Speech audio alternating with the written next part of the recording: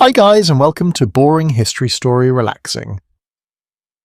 Tonight we step into the deep winter of the 1700s American frontier, where the trees stand black against a pale sky, the snow creaks under your boots, and the wind seems to know every weak place in your cabin wall. You're not arriving in a cozy postcard version of history. There's no heated floor, no emergency snack drawer, no weather app politely warning you that the temperature is about to ruin your personality. Out here, one bad decision can turn a cold night into your last night. And yes, you probably won't survive this. So, before you get comfortable, take a moment to like the video and subscribe, but only if you genuinely enjoy what I do here. And as always, tell me where you're watching from and what time it is in your little corner of the world. Now, dim the lights and feel the frontier closing gently around you. You begin at the edge of a clearing, where a small cabin crouches under the weight of snow. The roof is low, the walls are dark with weather, and the chimney sends up a thin ribbon of smoke that bends sideways in the wind. Around you, the forest seems endless. Bare branches scrape softly against one another. Somewhere deeper among the trees, something cracks. Perhaps a limb breaking under ice. Perhaps an animal moving carefully through the frozen brush. The cold does not simply touch you, it enters through every opening, every seam, every place where your body remembers being warm. It bites at your nose, tightens your fingers, stiffens the cloth at your knees, and makes each breath feel like you're drinking from a metal cup left outside overnight.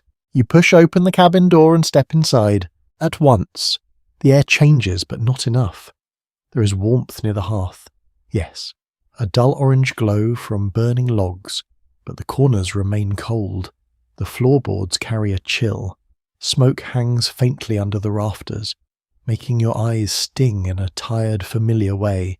The room smells of wood ash, damp wool, old leather, dried herbs, and the faint sourness of bodies that have not had the luxury of regular bathing. It is not pleasant exactly, but it is shelter, and in this place shelter is not a comfort. It is the difference between endurance and disappearance. A simple truth of this period is that many frontier families in the 1700s lived in isolated cabins or small settlements where winter could cut them off from markets, roads, neighbours, and formal medical help. That fact sounds tidy when spoken from a warm room centuries later, but here it means something heavy. It means that if your food runs low, no one may notice. If fever comes, no doctor may arrive. If your fire dies in the night, the cold will not negotiate. You stand near the hearth and stretch your hands toward the flames. Your fingers ache as they thaw, which feels rude. Frankly, you survived the cold outside only to be punished by warmth inside. The skin tightens, then prickles. Your nails look pale. You breathe slowly, listening to the tiny explosions inside the burning wood. The cabin is not large. A bedstead stands against one wall, covered with blankets and furs that never feel quite dry. A table sits near the hearth, scarred by knives, candle wax, spilled broth, and years of elbows.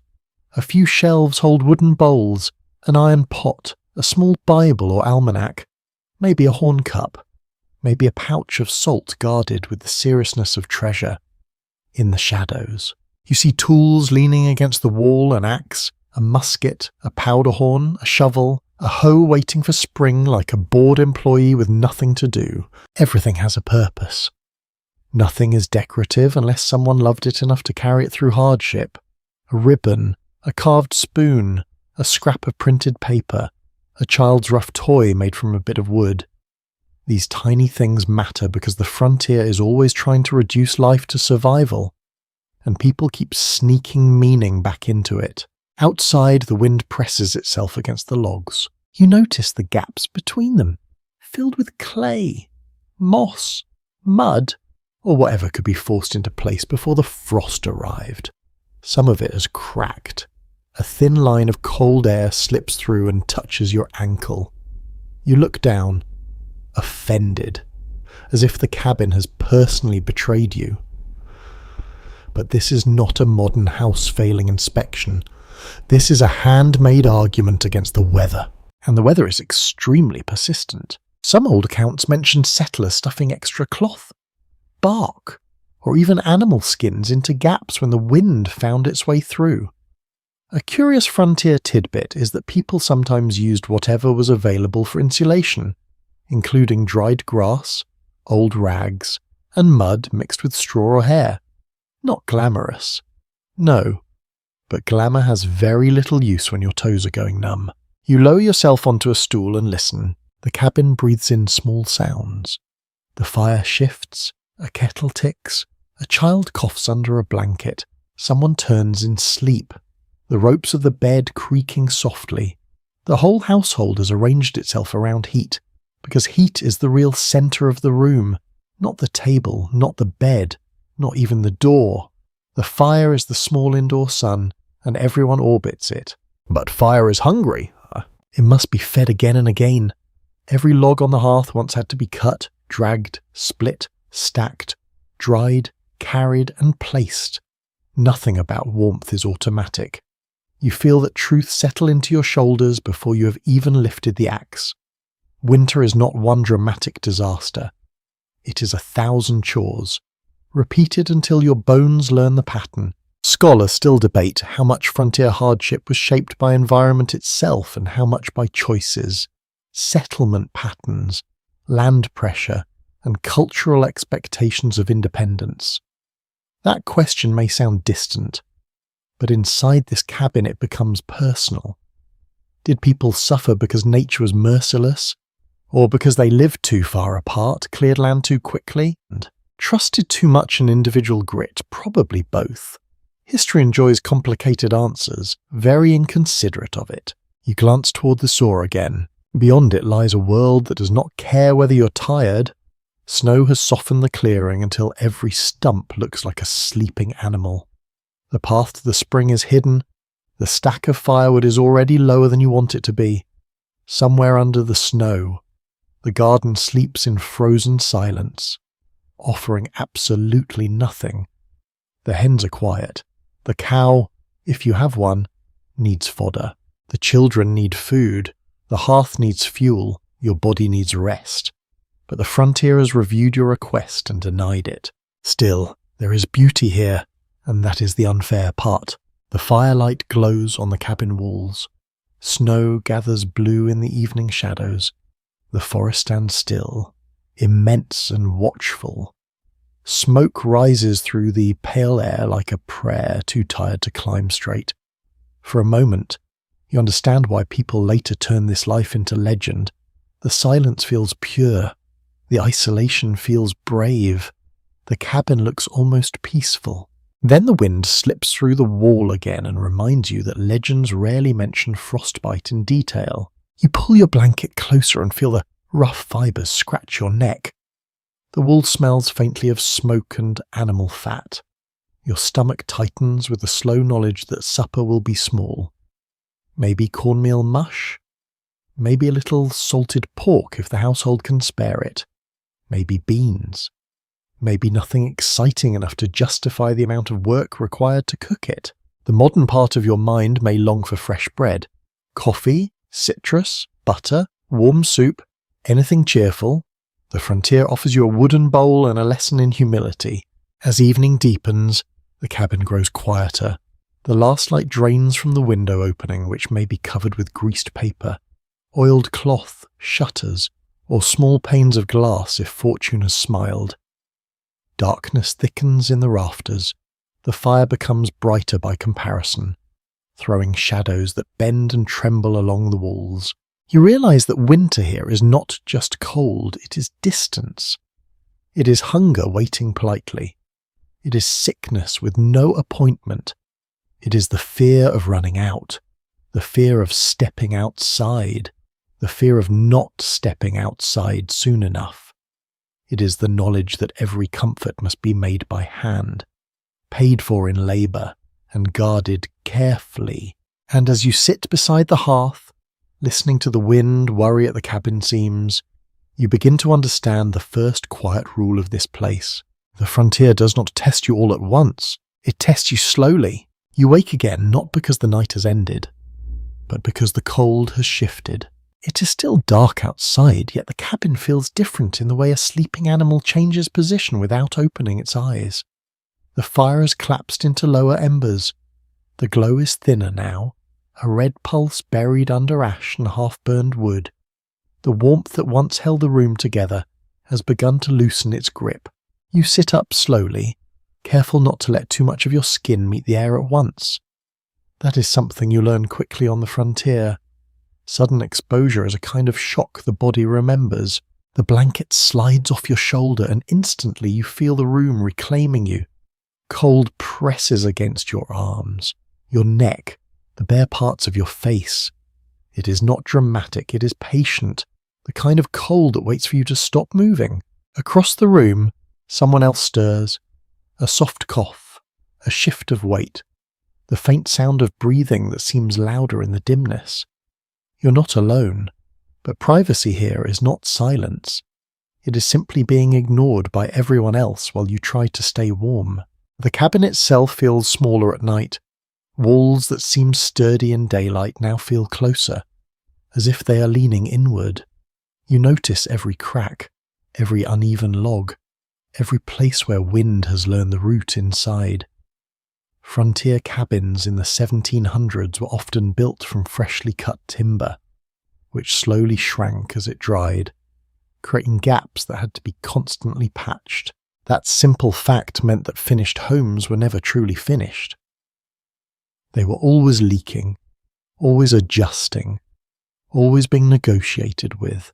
You pull your blanket tighter and watch the hearth. The fire is almost gone now, reduced to glowing fragments. It needs feeding, but for a moment you hesitate. Moving means cold air touching your hands, and your hands already feel like they belong to someone else. Still, you rise. Each step across the floor is quiet. The boards creak in small complaints. You crouch near the hearth and add wood. The logs are cold in your hands, rough and slightly damp from storage. You arrange them carefully, almost politely, as if structure alone might convince them to burn faster. Then you wait. At first nothing happens. Then a small breath of flame catches, hesitant and thin. Smoke curls upward. The room begins its slow return towards warmth, though it will take time. Fire on the frontier is never instant comfort. It is negotiation. You give effort. It gives heat. As you sit back, you notice how the rest of the cabin reacts. Shadows shift. The ceiling beams become visible again. The corners relax slightly. Even the air feels less tight. A mainstream historical fact about frontier life is that households depended heavily on centralized hearths for cooking, heating and light, often keeping fires going continuously through winter because restarting them in harsh conditions could be difficult. That dependence shaped daily routines entirely. Sleep, food preparation, and even social interaction revolved around the fire's survival. You listen to it crackle, thinking about how something so ordinary in your world would have been treated like a fragile machine here. Outside, the wind rises again, brushing the walls in slow, testing passes. It does not rush. It does not need to. Time is on its side. You glance toward a small table near the hearth. On it sit tools of survival that feel almost ceremonial in the low light. A knife worn smooth from use, a cup with a hairline crack, a small pouch of meal or flour, maybe a bit of dried meat wrapped carefully in cloth. Everything is measured, accounted for, guarded. There is a quiet anxiety in this kind of living that never fully leaves the room. Not panic, but awareness. Always awareness.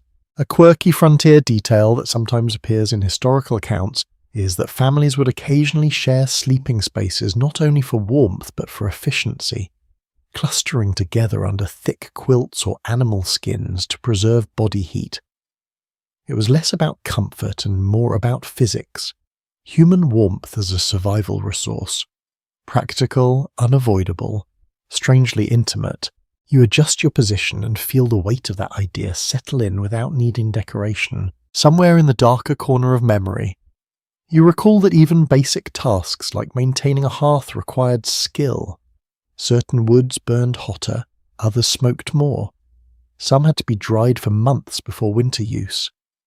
Wood selection was not casual.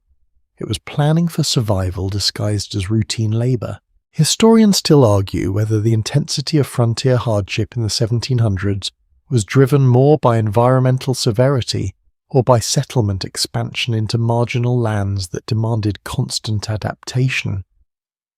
You can almost feel that debate dissolving here. The answer does not matter in abstract form. It matters in whether your fire lasts until morning. The fire settles into a steady rhythm. You breathe more evenly now. Across the room, the others in the cabin seem half suspended between sleep and wakefulness. A child turns over. Someone whispers a word you do not fully hear. The sound fades into the wood. You think about the walls again. Logs stacked horizontally, chinked with clay or mud, sometimes reinforced with moss or animal hair. The construction is simple, but it holds a fragile logic. It is not about sealing out the world entirely. It is about slowing it down, delaying it, negotiating with it long enough to survive another night. A gust of wind presses harder now. One of the wall gaps lets out a faint whistle. You watch it without moving. It feels almost alive, that sound. Like the house itself is breathing through a narrow throat. You imagine what it would be like outside right now. Snow piled unevenly, trees bending under weight, the sky empty and dark enough to erase distance. Even the idea of stepping out there feels like a mistake you could make once. Inside, the fire finally strengthens. Flames rise higher, licking the underside of a blackened pot hanging above it. The room gains shape again. You notice your own hands now. Fingers slowly returning to colour, not quickly. Nothing here is quick. Recovery is always slower than damage. Another small frontier reality settles into focus. People often think of survival in terms of dramatic moments, hunting, storms, or encounters with danger. But most survival is repetition. Lighting fire, carrying water, preparing tools, watching food, checking walls, doing it again, and again, and again. You lean back against something solid and let your thoughts drift for a moment. Outside, the forest continues its silent work. Inside, the cabin holds its fragile balance. Between them lies a thin barrier of wood, effort, and time.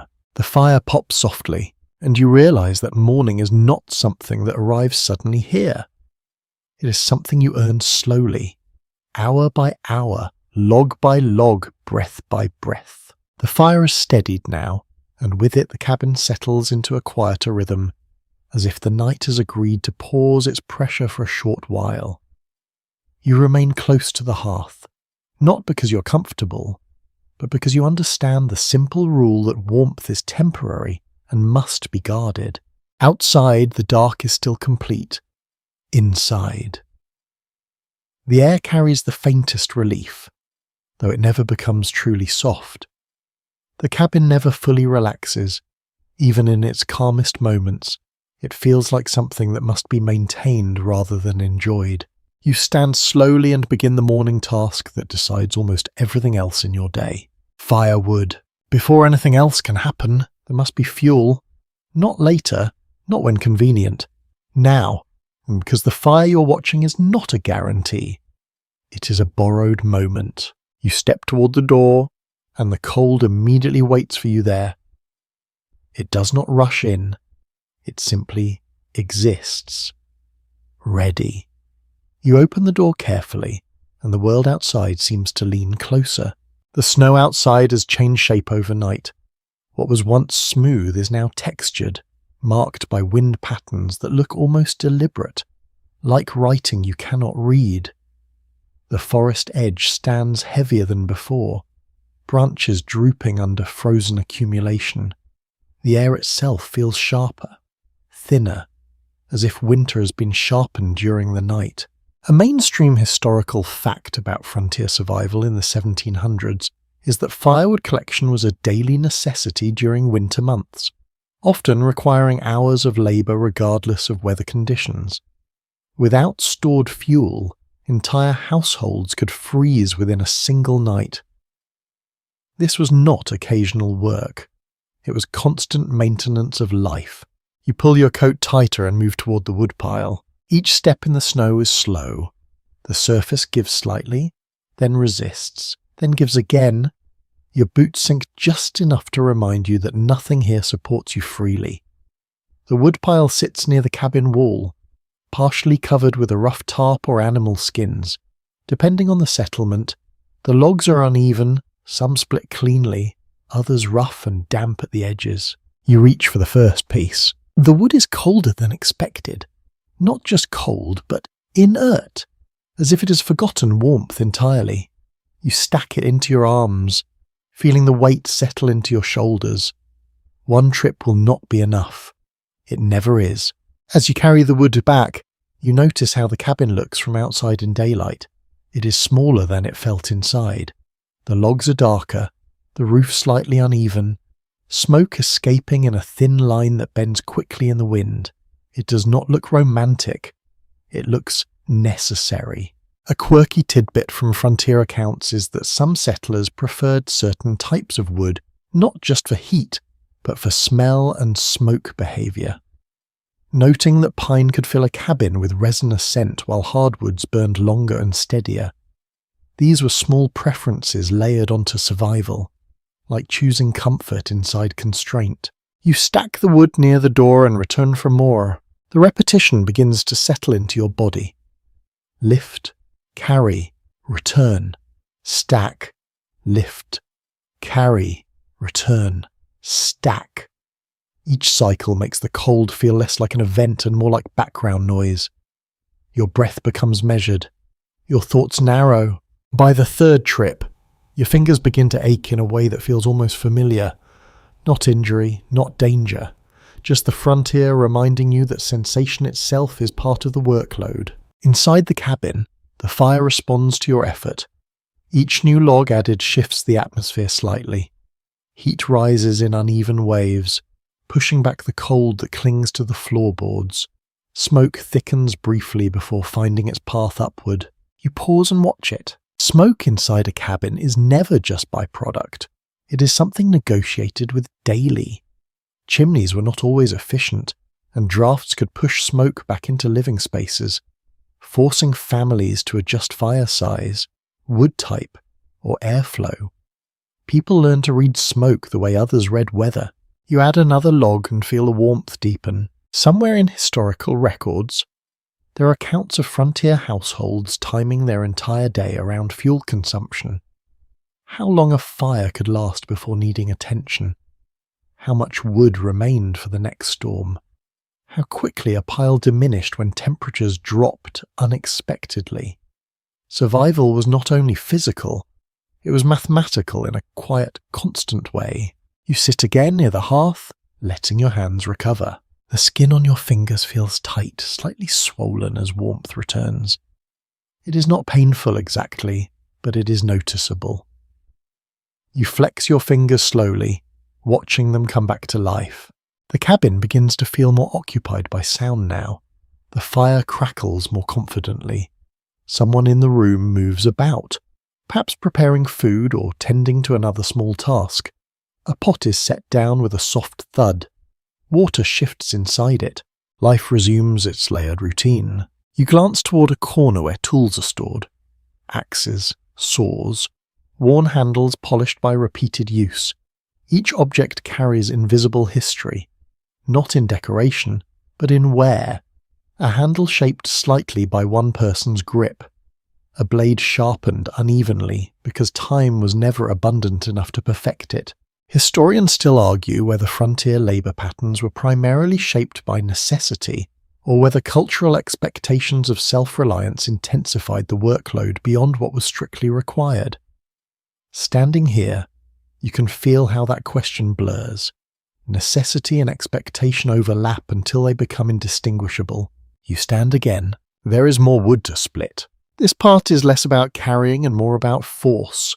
The axe waits near the chopping block outside, where frozen wood is positioned upright, ready to be broken into usable pieces. You step out once more. The cold greets you without surprise. You grip the axe handle. It is smooth from a repeated use, shaped by many hands before yours. The log in front of you stands like a simple problem that refuses to solve itself. You raise the axe. For a moment, everything is still. Then impact. Wood splits with a sharp crack that echoes slightly in the cold air. The sound feels clean, almost satisfying, but the effort behind it is not. You repeat the motion again and again. Each strike is a small negotiation with fatigue. Each split piece is a small victory against tomorrow's cold. As you work, you notice something subtle. The rhythm of labour has a calming effect. Not happiness, not relief. Something quieter. A narrowing of attention that removes everything except motion and breath. When you finally stop, the pile of split wood is larger, but not large enough. It never is. That is the quiet truth of this place. Completion is always temporary. You carry the wood back inside. The cabin greets you with warmth again. Slightly stronger now. The fire has grown, and the room feels marginally less hostile. You place the wood near the hearth and sit down slowly. For a moment, you allow yourself stillness. Outside, winter continues without acknowledgement. Inside, survival continues without celebration. And between those two realities, you understand something simple but heavy. On the frontier, even warmth is something you must keep earning. The cabin has warmed slightly, but the warmth is fragile, like something held in cupped hands that could slip away at any moment. You sit near the hearth, listening to the fire settle into its steady rhythm, while the rest of the household begins to stir into the slow business of the day. The first real task after fire and wood is always food. Not cooking for pleasure, not variety, just accounting. You move toward the storage area, a small corner of the cabin where survival is measured in sacks, jars, wrapped bundles, and the quiet anxiety of dwindling supply. Even before you touch anything, you can feel the weight of what is not there. A rough shelf holds what remains of winter stores. Dried beans in a cloth sack, a small portion of cornmeal, salted meat wrapped tightly to slow decay, maybe a few preserved vegetables. Though by this point in the season, freshness has long surrendered. You open the sack of cornmeal and let it rest in your hands for a moment. It is light. Too light. That is always the first emotional measurement. Not taste, not quality, weight. A well-established historical reality of frontier life is that winter survival depended heavily on preserved foods prepared during warmer months, including drying, salting, smoking, and storing grains. Without these methods, settlements could not sustain themselves through long cold seasons. You tip the sack slightly. The sound of grain shifting is quiet, almost apologetic. Behind you, someone begins to prepare water for cooking. The kettle clinks softly against iron. The sound feels domestic, but it carries pressure underneath it. Every sound here is connected to survival. You take out a small portion of salted pork. It is firm, dense, slightly darkened from preservation. It smells faintly of smoke and salt, with a hint of something older that your mind prefers not to identify too closely. Food in this world is rarely neutral. It is always a compromise between storage and spoilage. You place it near the fire. As it warms, the smell begins to change, becoming stronger, more present in the room. Not unpleasant, but honest in a way modern kitchens rarely require.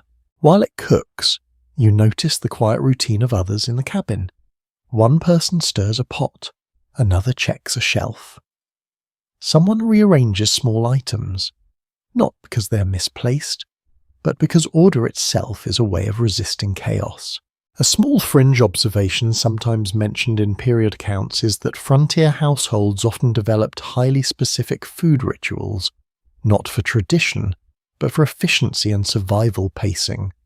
Certain meals were repeated until ingredients ran out, then replaced by whatever remained. Variety was a luxury, not a plan. You watch the meat begin to change texture near the heat. There is no oven timer, no precise measurement. Cooking here is visual, sensory, intuitive. You judge readiness by smell, by sound, by the way fat shifts under heat. Behind you, the fire pops again, sending a brief flicker of light across the ceiling beams. Shadows respond like slow-moving animals. You sit back slightly, letting your thoughts drift. But the cabin does not allow full escape. It is always present in its details. The crack in the wall near the corner, the uneven floorboard near the table, the way the wind still finds a thin path through the structure and whispers faintly when conditions align. The salted pork is ready. You divide it carefully. Portions small and deliberate, no excess, nothing wasted. Each piece is placed with quiet attention, almost ceremonial in its simplicity. As you eat, the texture is firm, slightly chewy, intensely salty. It is not meant to excite, it is meant to sustain. You drink water alongside it, the coolness cutting through the salt, grounding the meal in basic necessity. A second layer of historical understanding often noted by researchers is that frontier diets were heavily shaped by preservation limits, transportation difficulty, and seasonal availability. Fresh food was rare in winter, and nutrition often depended on stored grains and preserved meats rather than variety or balance. You finish your portion slowly. Outside, snow presses against the window opening, softening the light that enters the cabin. The world beyond feels muted, as if sound itself has been thickened by cold. A small, curious detail from frontier records describes how people sometimes judged weather not by temperature alone, but by the behavior of smoke, animals, and sound travel through the air. Smoke that fell instead of rising, birds that stopped calling, snow that changed consistency underfoot. You glance toward the door again without meaning to. The outside world is not inviting, but it is unavoidable. Water must still be collected, animals checked, wood replenished. Nothing pauses simply because it is cold. Someone mentions the possibility of snow shifting later. Not a forecast, but a guess based on experience. Weather prediction here is not science in the modern sense. It is memory and pattern recognition. There is a quiet discussion near the hearth. Not urgent, but careful. Decisions in winter are always small negotiations with risk. You stand again, though not yet for a long task, just to move. Stillness in this environment can feel heavier than motion. Your eyes settle briefly on the food stores again. Everything in that corner represents time that has already passed. Summer labour converted into winter survival. Every jar, every dried bundle, every salted cut of meat is a piece of warmer months preserved against present difficulty. A commonly accepted historical understanding is that frontier communities relied on collective seasonal labour to prepare for winter, including communal butchering, shared preservation techniques, and coordinated storage practices. You think about that for a moment. The idea that survival here is not just individual effort, but layered memory of preparation. Behind you, the fire shifts again, slightly brighter now. The cabin responds with a faint easing of tension. Not comfort exactly, but reduced threat. You move toward the table and sit. From here, you can see the whole interior at once. The hearth, the storage corner, the sleeping area, the tools along the wall. Everything is arranged not for beauty, but for efficiency of movement and access. Another subtle detail found in historical interpretation suggests that frontier households often arranged interior space based on heat flow, placing sleeping and storage areas relative to the hearth's reach, because temperature gradients inside cabins could be significant even within a few feet. You imagine the invisible map of warmth and cold inside the room, the hotter centre, the cooling edges, the corners where frost seems to linger even indoors. The fire crackles again. You realize that nothing here is truly static. Not food, not heat, not even safety. Everything shifts slowly, constantly, requiring attention. And so you remain aware, Because on the frontier, survival is never single act. It is a continuous one. The meal has settled into your body, not as comfort exactly, but as temporary stability. In a place like this, even basic nourishment feels like a short pause in a long negotiation with cold. You remain seated near the hearth, watching the fire adjust itself, as if it is also digesting what it has been given. Outside, the world continues its quiet pressure against the cabin. Snow does not fall dramatically anymore. It simply exists, layered and accumulating, reshaping everything it touches without sound or urgency. After a while, someone near the door mentions water. It is not a suggestion, it is a requirement. You stand without enthusiasm, because enthusiasm has very little survival value here, and move toward the bucket. Water is never stored in large amounts in winter for long periods. It freezes, expands, breaks containers, and creates problems that always arrive at the worst time. So instead, it is gathered regularly, in small, repeated journeys. You wrap yourself in layers before stepping outside. The moment the door opens, the cold returns with its familiar indifference. It doesn't change its tone for you. It never does. The path to the water source is partially marked, partially guessed. Snow has erased the clean edges of yesterday's tracks. You walk carefully, feeling each step test the ground beneath it. Hidden ice is always a possibility, especially near low areas where moisture gathers and freezes unevenly. A well-documented historical reality of frontier life is that access to fresh water during winter required daily or near-daily effort, often involving trips to wells, springs, or partially frozen streams regardless of weather conditions. You carry the bucket in one hand, the other used for balance. The wind moves through the trees in long, uneven breaths. Branches sway slowly overhead, shedding small fragments of snow that land softly on your shoulders. The forest feels different in winter. Not silent exactly, but restrained, as if every sound has to work harder to exist. As you approach the water source, you notice the ice first. It forms a thin, glassy layer over parts of the stream, while other sections remain dark and moving. The contrast is unsettling in a quiet way. Something frozen and something alive sharing the same space. You kneel carefully and begin breaking a small opening. The ice resists at first, then yields with a dull crack. Water beneath is colder than anything your body is prepared to interpret as liquid. It moves slowly, thickened by temperature, reluctant to be drawn upward.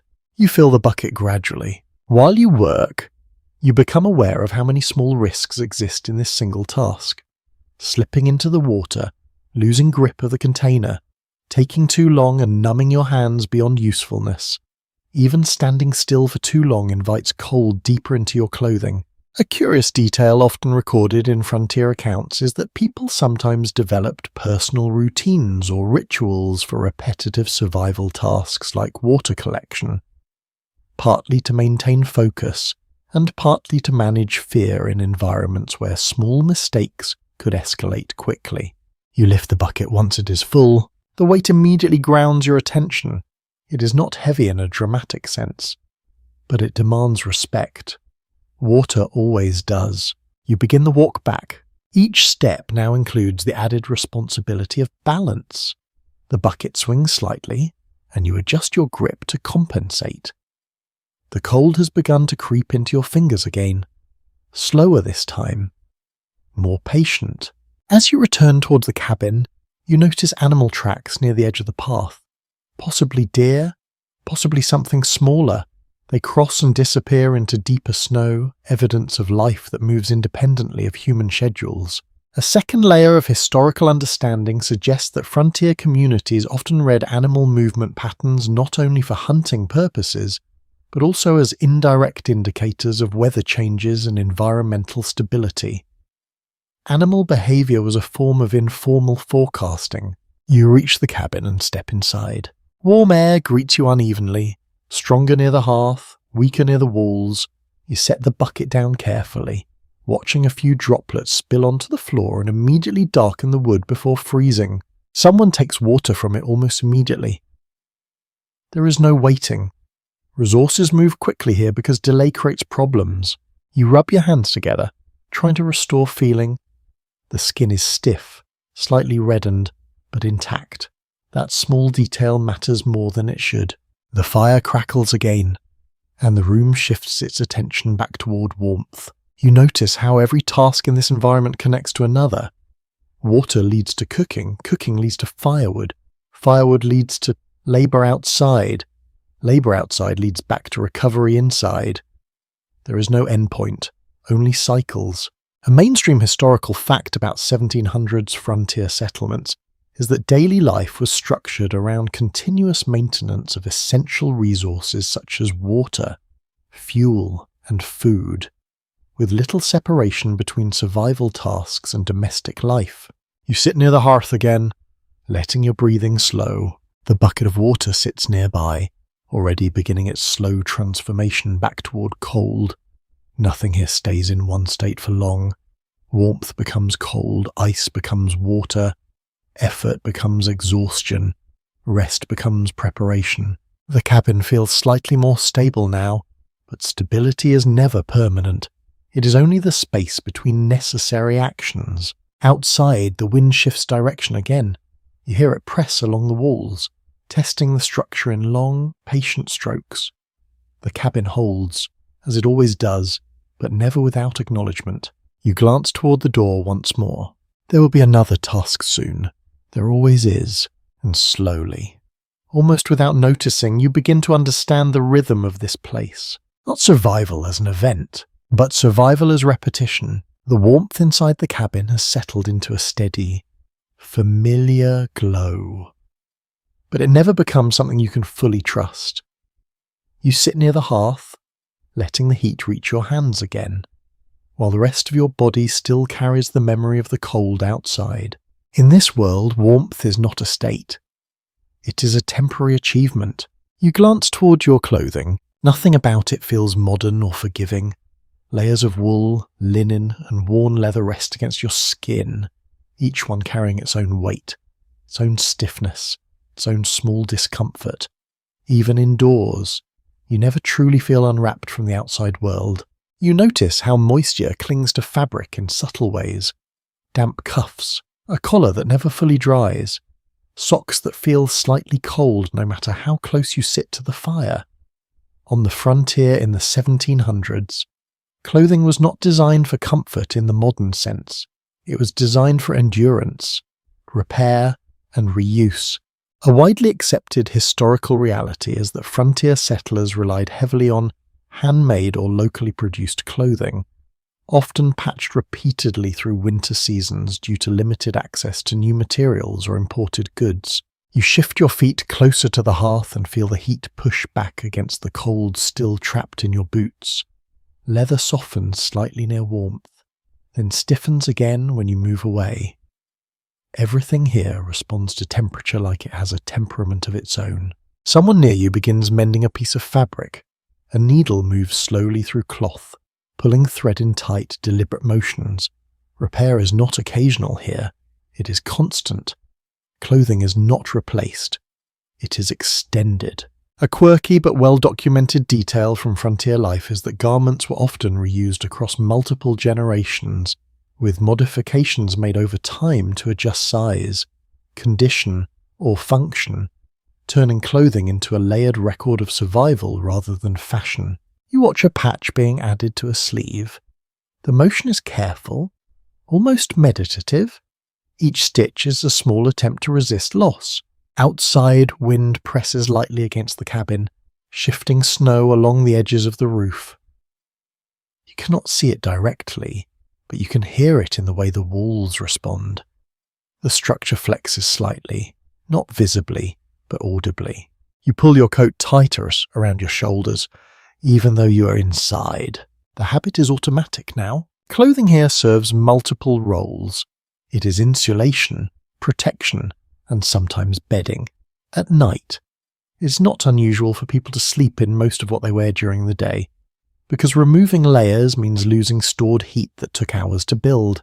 A second layer of historical understanding suggests that frontier households often used animal skins, especially deer or bear hides, not only for outer garments but also for bedding and additional insulation during extreme cold periods. You think about that for a moment while adjusting your sleeves. The idea that what you wear is also what you sleep under, what you sit on, what you wrap around yourself in crisis. Nothing is separate, everything is multifunctional. You stand slowly and walk toward a small storage area. There are spare garments there, folded or draped over simple wooden pegs. Nothing is perfectly clean. Cleanliness is not the priority. Dryness is, you check a pair of gloves, turning them over in your hands. The stitching is uneven in places, reinforced where wear has been heaviest. You can see where fingers have pressed repeatedly into the material over time, shaping it subtly to human use.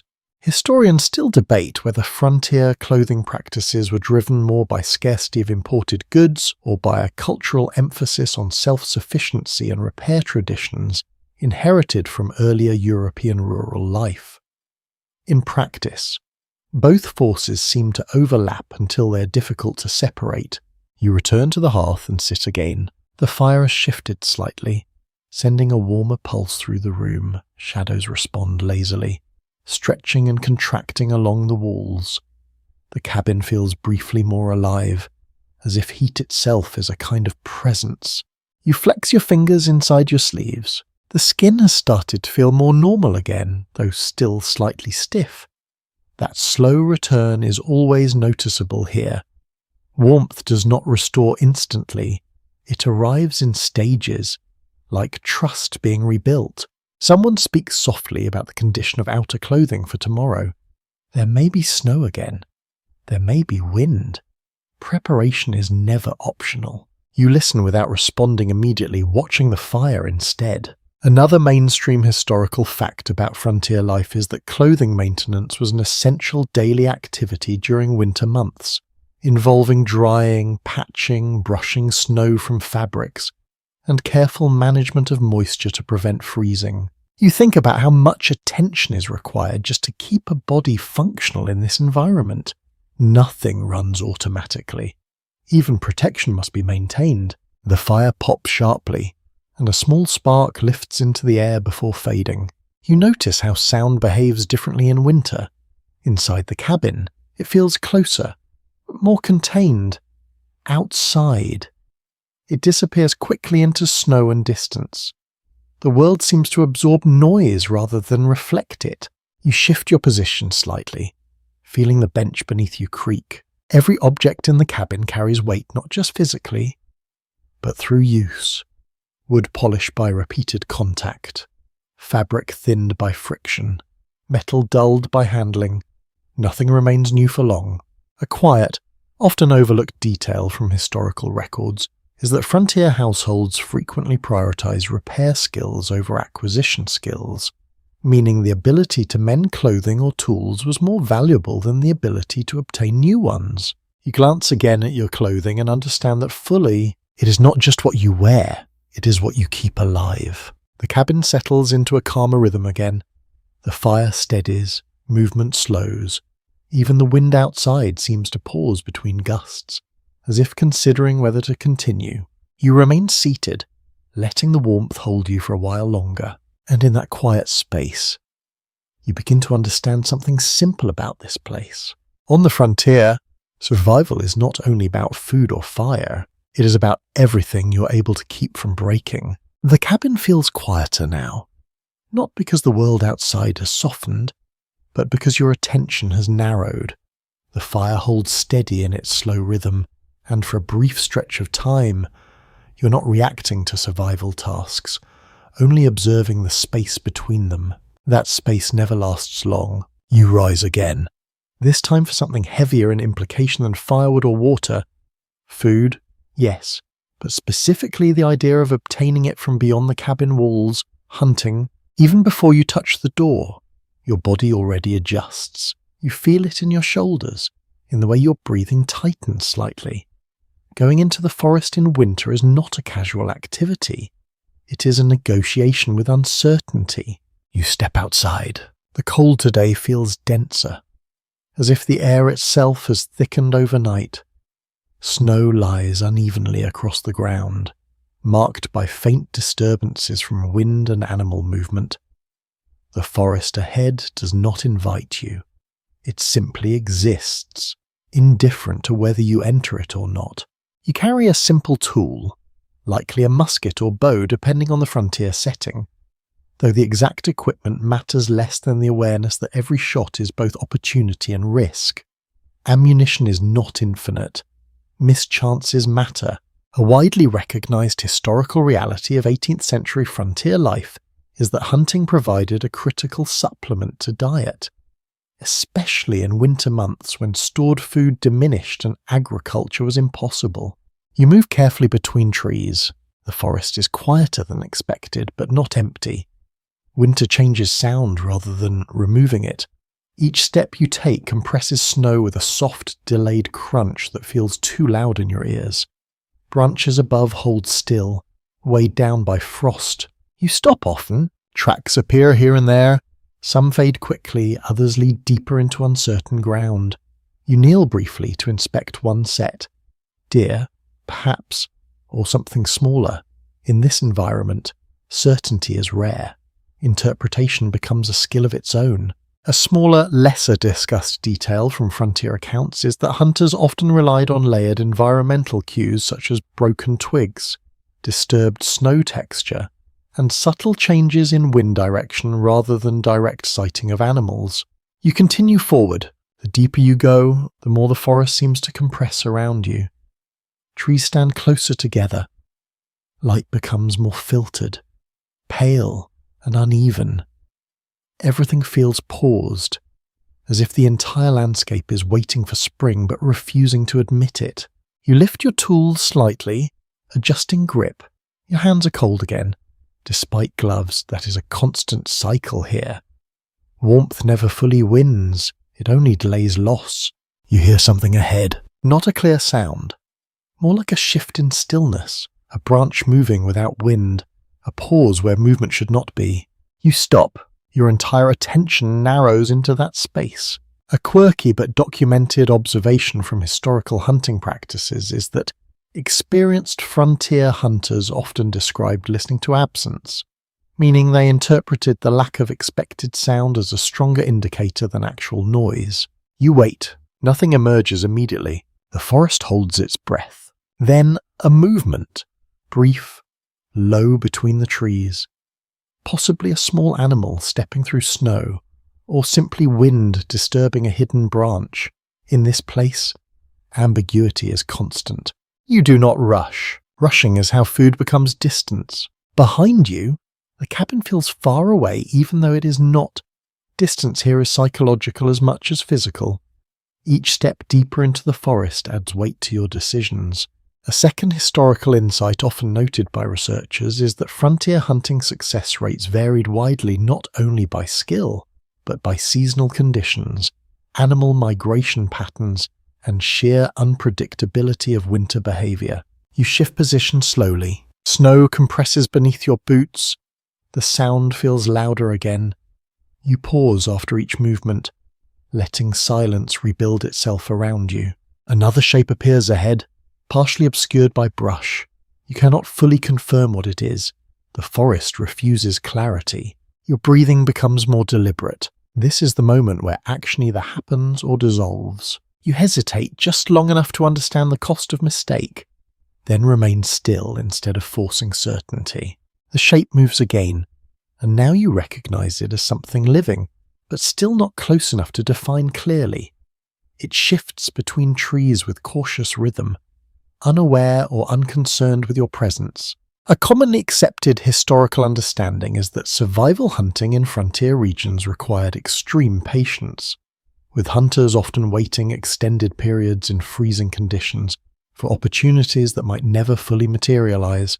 You lower your stance slightly, but you do not act yet, because in this environment, timing is not just skill, it is survival arithmetic. The animal moves out of partial view, Silence returns. You exhale slowly, feeling the tension release but not fully disappear. No outcome has been reached, only deferred. You remain there for a moment longer, listening again to the forest instead of forcing it. Eventually you turn back, not in failure, but in calculation. Carrying nothing still means carrying something: awareness of scarcity, risk, and the fact that not every journey yields return. As you walk back toward the cabin, the tracks you left behind begin to soften under falling snow. The forest gradually erases your presence, as it does with everything. By the time the cabin reappears through the trees, it feels both closer and smaller. Inside waits fire, warmth, and the continuation of routine. Outside remains everything unresolved, and in between, you understand something that defines winter life here more than any single action. Sometimes survival's not what you take, it is what you choose not to risk. You return to the cabin without anything in your hands except the cold that has worked its way into your sleeves and collar. It is not unusual. In fact, it is more common than success. The forest rarely gives back what you ask of it, especially in winter, when even movement itself feels rationed. Inside, the warmth meets you unevenly again, like a familiar place that never fully commits to comfort. The fire has been tended while you are gone, and the cabin holds a steady glow, but it feels different now.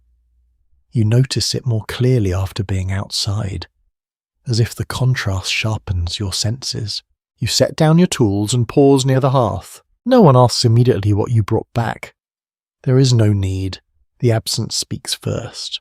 Instead, the attention of the household shifts toward other methods of survival, quieter ones, less dependent on chance, traps, snares, small systems of waiting that work while you do something else. You begin preparing without ceremony: a length of cord, some wire, simple carved stakes, whatever materials are available. Nothing here is sophisticated in the modern sense, but everything has been refined through necessity.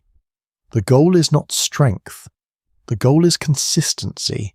A well-established historical reality of frontier life is that small game trapping often provided a more reliable food source than large game hunting during harsh winter months, especially when larger animals migrated or became harder to track. You sit near a low table and begin assembling a snare. Your fingers move slowly at first, still recovering from the cold outside. The work is repetitive, careful, almost meditative. Loop, tighten, test tension, adjust. Each motion has to be exact enough to function, but simple enough to reproduce under pressure. Around you, the cabin continues its quiet rhythm. Someone stirs a pot. Someone else repairs a torn cloth. The fire breathes in soft pulses. You think about how small survival becomes here. Not grand hunts, not dramatic victories, but small, repeated captures of possibility. A rabbit, a squirrel, anything that reduces tomorrow's uncertainty. A lesser-known but documented detail from frontier accounts is that families often rotated trapping responsibilities, placing simple devices along forest edges, paths or known feeding areas, then checking them daily regardless of weather conditions. You finish the first snare and examine it closely. It looks simple, almost too simple to matter. A loop of cord designed to tighten when triggered, anchored to a stake hidden beneath snow or brush. Its success depends on placement more than construction. You prepare another. Outside, the wind shifts again, brushing against the cabin in long, low movements. The sound is less aggressive now, more persistent. Winter does not rage, it endures. You bundle the traps carefully. Soon, you step outside again. The cold feels slightly less sharp this time. Not because it has weakened, but because your body has stopped expecting relief. Expectation, you realize, is part of discomfort. You move along the edge of the clearing. The forest boundary is where most of these devices are placed. Not deep inside where movement is difficult, but not too close where human activity might disturb patterns. There is a balance to it, learned over time. You crouch near a narrow path between trees and begin setting the first snare. Hands work quickly now. Despite the cold, you press the stake into the ground, conceal the loop, adjust the tension. Snow is gently pushed back into place, hiding the mechanism beneath a layer of natural appearance. A quirky but historically noted observation is that experienced trappers often developed personal mapping systems in their minds, remembering exact placement of dozens of small devices across forested areas without written records. You move to the next location, each placement feels like a small wager against time. You're not forcing outcome, you're increasing probability. The forest watches silently, unchanged by your efforts. You set another snare near a bend where animal tracks cross more frequently, another near a cluster of low brush, another along a subtle depression in the snow where movement is slightly more likely. There is no guarantee that anything will trigger them. That uncertainty is part of the system. A second historical insight often discussed by researchers is that small game trapping represented a shift in frontier survival strategy from active pursuit to passive acquisition, reducing energy expenditure during harsh winter conditions. You finish the last trap and stand slowly. Your hands are colder again, but not painfully so. More like a reminder than a punishment. You look across the forest edge one more time. Nothing obvious has changed. The trees remain still. The snow continues its slow accumulation. The world does not acknowledge what you have just done, but your survival strategy has shifted slightly. Not by success. By preparation, you return to the cabin. Inside, warmth receives you again without enthusiasm but with reliability. The fire has been maintained. The household continues its quiet cycle of small tasks and adjustments. You sit near the hearth, letting your hands recover. A mainstream historical fact about frontier subsistence is that much of winter survival depended on layered strategies combining hunting, trapping, stored food, and cooperative labour rather than any single method alone. You lean back slightly, watching the flames rise and fall. Somewhere outside, hidden under snow and silence, small mechanisms now wait, not active, not alive, just ready. And you understand something simple about this way of living. Survival here is not only about what you do, it is about what you leave working when you are not there. The cabin settles into a quieter rhythm after your return, as if your presence alone has completed a small missing piece in the day. The fire continues its steady breathing, and the heat spreads unevenly through the room, always stronger near the hearth, always weaker near the edges where cold still lingers like an uninvited guest. You sit for a moment, letting your hands recover. The skin is stiff again, slightly red, not injured, just reminded. That is how the frontier treats the body. It rarely breaks you in a single moment. It reshapes you through repetition. Then you notice it. A cough. It is small at first, almost casual, coming from one of the sleeping spaces. Then another follows, slightly deeper, less controlled. The sound changes the atmosphere in the room immediately. Illness does not announce itself here with clarity. It enters quietly, then becomes louder over time. You glance toward the corner where someone lies under layered blankets. Their breathing is uneven, not yet severe, but not stable either. A widely recognized historical reality of frontier life is that medical care in isolated 1700s settlements was extremely limited, often relying on household remedies, herbal knowledge, and experience passed through generations rather than formal physicians. You rise slowly and move closer. The air near the bedding feels warmer, but not in a comforting way. Warmth trapped under blankets becomes something different when mixed with sickness. It feels heavy, almost stale.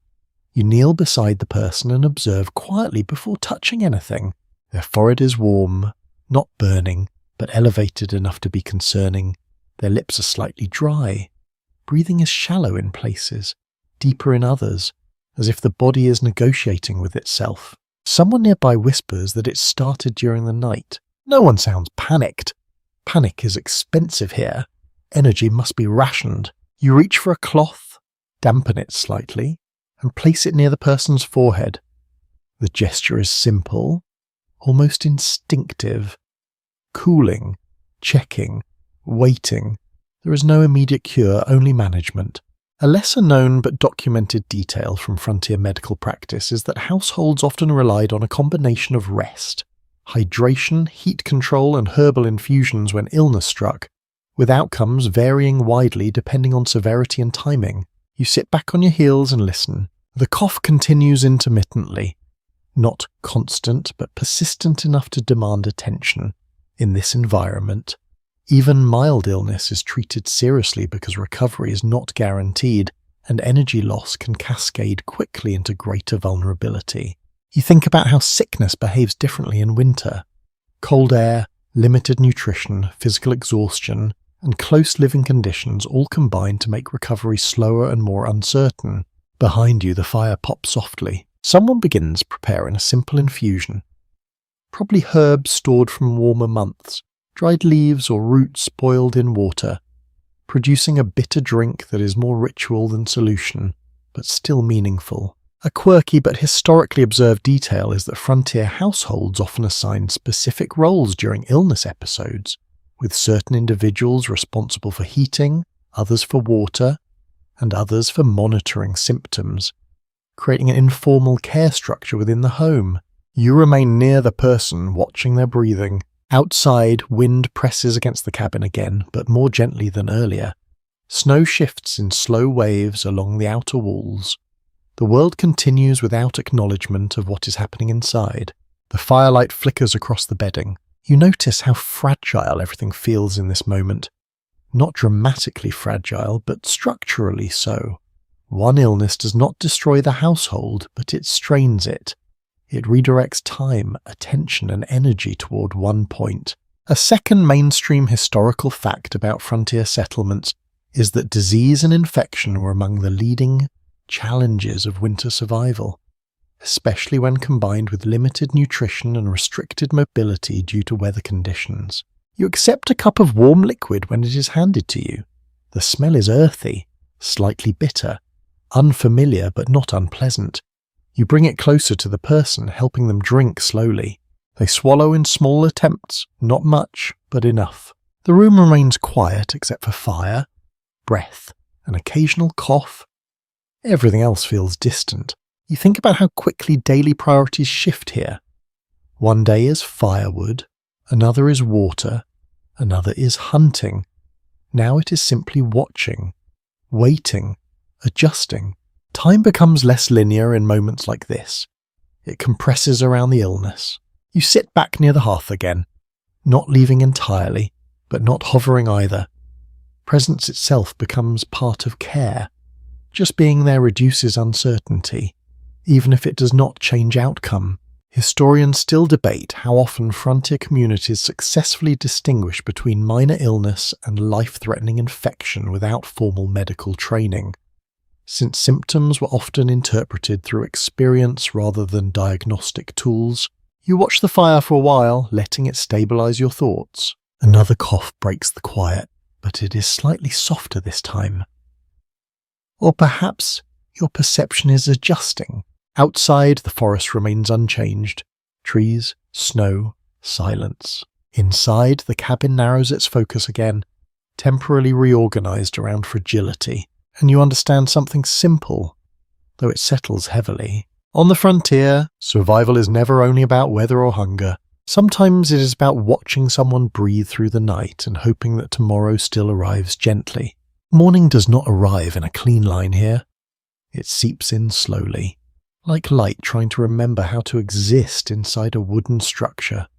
The fire is still alive, though reduced, and the cabin feels suspended between night and day in that quiet, uncertain interval where everything is still deciding what it will become. You notice immediately that the atmosphere has changed. The illness from the night has not disappeared, but it has settled into a quieter presence. Not gone, not worse, just lingering, like an unresolved thought that refuses to leave the room. Then you hear movement, small, quick footsteps near the floorboards. A child is awake. They sit up under a pile of blankets, hair slightly disheveled, eyes adjusting to the dim light. There's no dramatic greeting to the day, no energetic start, just the simple act of becoming conscious in a cold world. You watch as they pull their blanket tighter around their shoulders and look toward the fire, as if checking whether it has survived the night on its own. A widely accepted historical reality of 1700s frontier households is that children participated in daily survival routines from an early age, contributing to tasks such as water carrying, wood gathering, and basic food preparation depending on their strength and age. You stand and move quietly to the hearth. The fire needs attention again. It always does. You add smaller pieces of wood this time, coaxing rather than forcing. The flame responds gradually, lifting itself back into a steadier shape.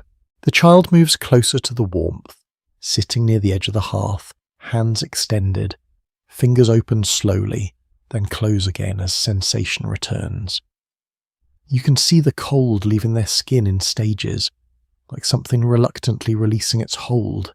Around the room, other members of the household begin to stir more fully, not rushing, never rushing, just transitioning into another cycle of effort. Someone checks the water supply, someone else adjusts stored items, another person inspects a piece of clothing near the fire to ensure it has dried properly overnight.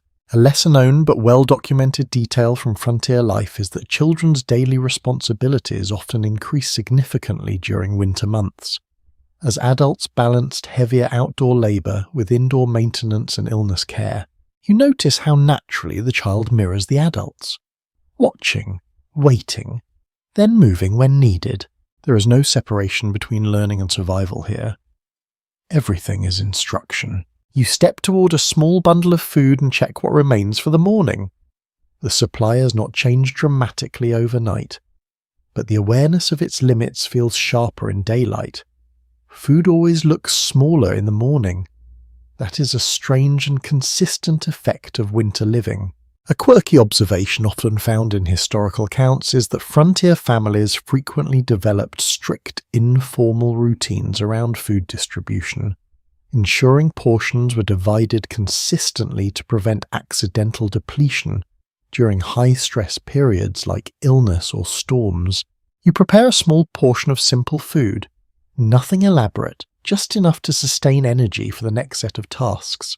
The child watches the process closely. They are learning without being told they're learning. Outside, the light strengthens slightly, revealing more detail in the snow beyond the window. The world is still white, still cold, but no longer fully hidden. Shadows sharpen, shapes become clearer. You notice footprints near the edge of the clearing from earlier movements, already softening under new snowfall. The forest erases quickly. A mainstream historical fact about frontier settlements is that winter daily life required constant adaptation to environmental conditions, including shifting schedules based on weather, resource availability, and unexpected events such as illness or equipment failure. You sit again near the hearth, letting the room stabilize. The child moves closer to the warmth, now more alert, occasionally glancing toward the sleeping corner where the illness remains present. There is awareness there, but not fear in the dramatic sense, more like understanding that some things require patience rather than reaction. Someone begins speaking softly about tasks for the day. Not a formal plan, just a list of needs forming naturally. Wood still required, water still needed, animals, if present, still dependent on care. The structure of the day is already forming itself. You listen without interrupting. Another historical insight often discussed by researchers is that frontier households tended to operate on fluid daily planning systems rather than fixed schedules. Since environmental unpredictability often dictated priority shifts hour by hour, you finish eating and set the bowl aside. The fire continues to hold steady. The cabin feels slightly more organized than it did during the night, as if daylight itself brings structure back into scattered routines. The child begins a small task nearby. Simple, careful, imitative. You notice how even small actions are shaped by observation rather than instruction. There is something quietly powerful in that. No formal schooling and no separation between life and lesson, only repetition. Outside, wind brushes lightly against the cabin, less aggressive than before. Snow still falls intermittently, but with less density. The forest remains present, unchanged, patient. Inside, life resumes its layered rhythm, and you understand something subtle about this place. On the frontier, children do not grow into survival later. They grow inside it. The day continues without announcing itself as different, even though something subtle has shifted inside the cabin. The illness remains in the background. The fire remains central, and the tasks of survival continue their quiet rotation. Yet as afternoon leans in, a different kind of attention begins to form. Night, even before it arrives, is already being considered. You notice how people begin adjusting their movements, not slowing exactly, but becoming more deliberate. Fuel is checked again. Doors are tested. Small repairs are completed before darkness makes them harder. This is not fear of night itself. It is respect for how quickly visibility disappears here. A widely recognized historical reality of 1700s frontier life is that winter nights required careful preparation of firewood, lighting and shelter security, since darkness combined with cold created conditions that increased risk and reduced mobility. You step outside briefly. The forest looks different now under shifting light. Snow reflects a pale, almost washed glow, as if the world has been diluted. Trees stand like dark silhouettes, their edges softened by distance. The wind is quieter than earlier, but not absent. It moves in slower patterns, wrapping around the cabin rather than striking it directly. You gather a small amount of wood, just enough for the coming hours. Not a large task, but an anticipatory one. Everything here is slightly ahead of necessity. That is the only way to stay balanced. When you return inside, the cabin feels warmer again simply because it is more enclosed. The fire has been reinforced. Shadows deepen in the corners. Then the sound changes. At first it is subtle, a shift in the way silence behaves. Then you realize what it is. The forest has begun to settle into its nighttime rhythm. Not quiet, but differently quiet. Branches creak at longer intervals. Snow shifts from tree limbs in soft, irregular falls. The air outside feels heavier, as if sound itself is sinking downward. You sit near the hearth, noticing how awareness sharpens with fading light. A lesser-known but well-documented detail from frontier accounts is that settlers often reported heightened sensitivity to nighttime forest sounds during winter, describing ordinary environmental noise as more distinct due to the absence of competing daytime activity. You listen more carefully now. The fire pops once, sharply, then returns to steady crackle. A piece of wood shifts and collapses inward. Sparks rise briefly and vanish. Somewhere outside, something moves, not close enough to identify, just present enough to register. You do not react immediately. Reaction is reserved for certainty, and certainty is rare. Instead, you observe, the sound does not repeat in the same way. It blends back into wind, or snow, or imagination. On the frontier, imagination is not separate from environment. It is part of interpretation. A quirky observation often found in historical narratives is that settlers sometimes described night forests as thinking spaces, where every sound could belong to something real or something misread, and experience was the only tool for distinguishing between them. You remain seated, letting your breathing slow. The child has fallen quieter now, partially asleep again near the warmth. The illness in the corner remains present but subdued. The cabin exists in a layered state of awareness, half resting, half alert.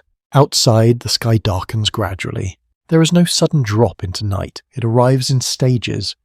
First colour fades, then detail, then distance. Finally, everything becomes shape and suggestion. You realise how much attention night demands here, not action, but awareness.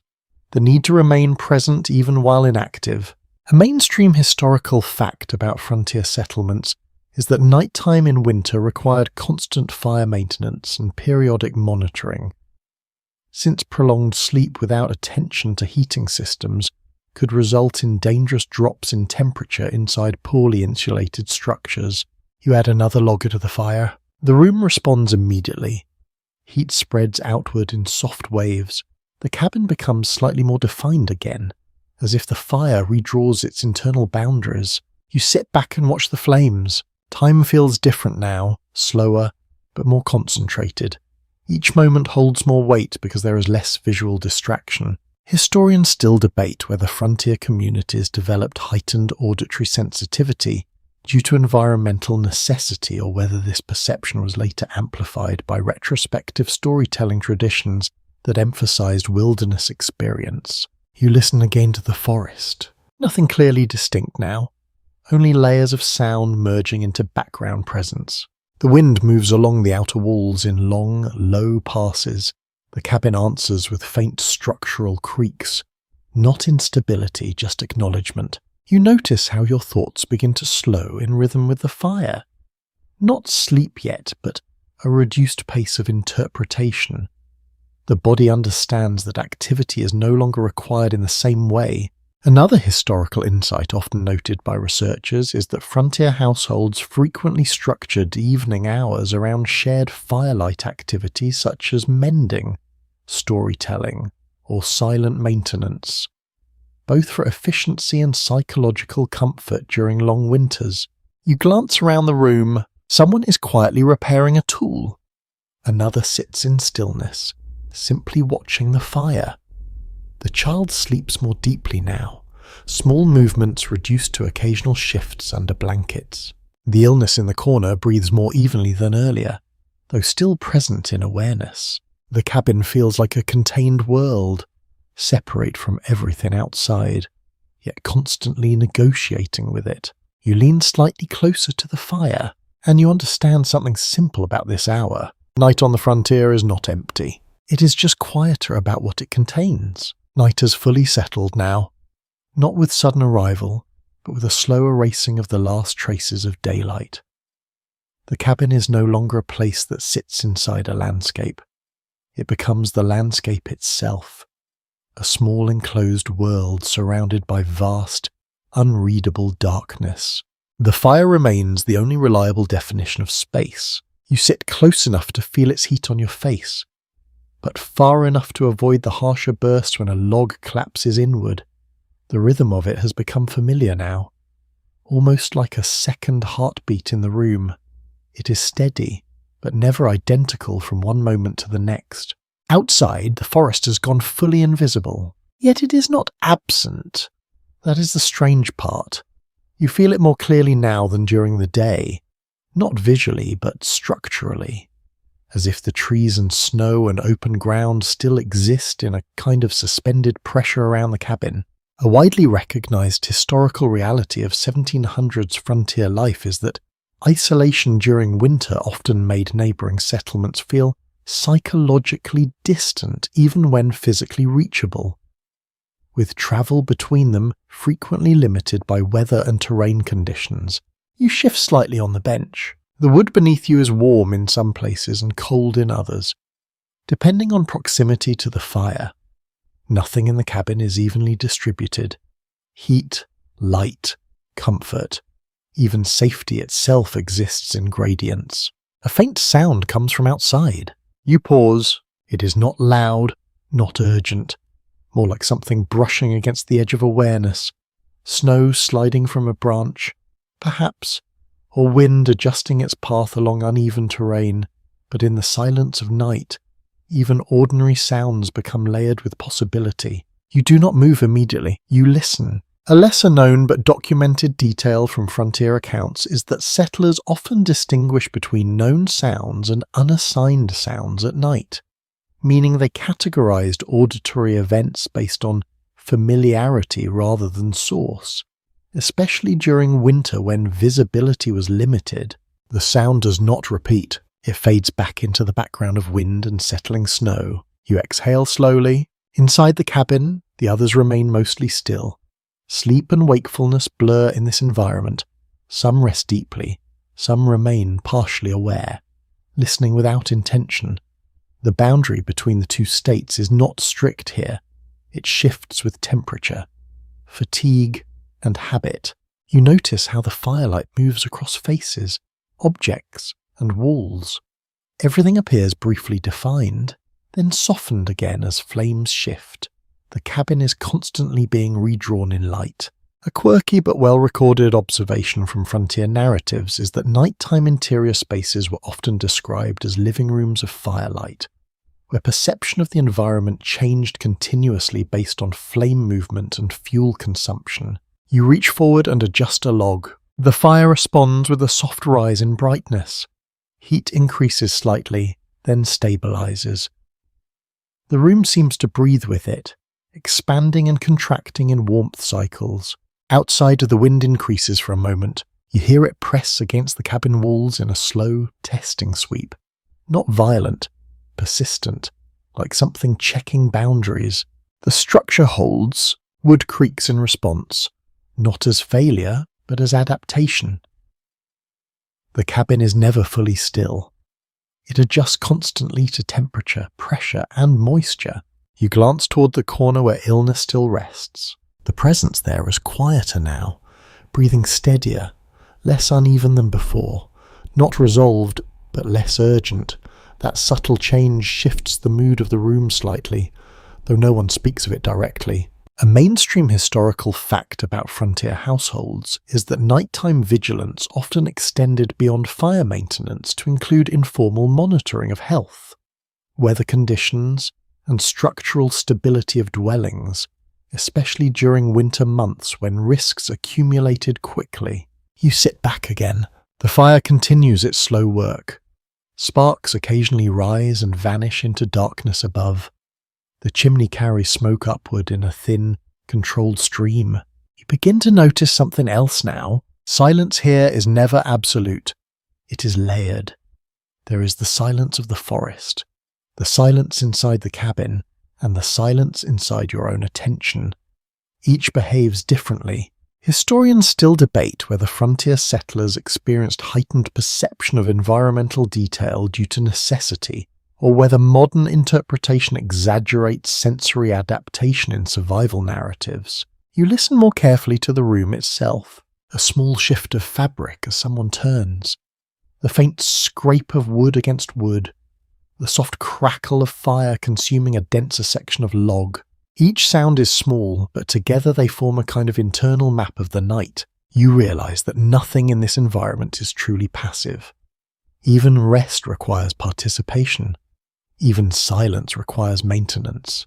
Another historical insight often noted by researchers is that frontier communities frequently developed shared nighttime routines centered around fire tending and quiet presence, allowing households to distribute vigilance without formal shifts or structured watches. You watch the fire again. It has lowered slightly, though still strong enough to hold the room together. You consider adding another piece of wood, but decide to wait. There is a balance to be maintained. Too much fuel too quickly wastes resources. Too little risks cold. Balance here is always temporary. Outside, the wind softens again. The forest returns to a deeper stillness. Though it never fully stops moving, snow continues its slow accumulation, reshaping ground, branches, and paths without sound. You lean slightly closer to the warmth. Your thoughts slow further, not into sleep, but into reduced urgency. The need to act has not disappeared, but it has shifted into background awareness.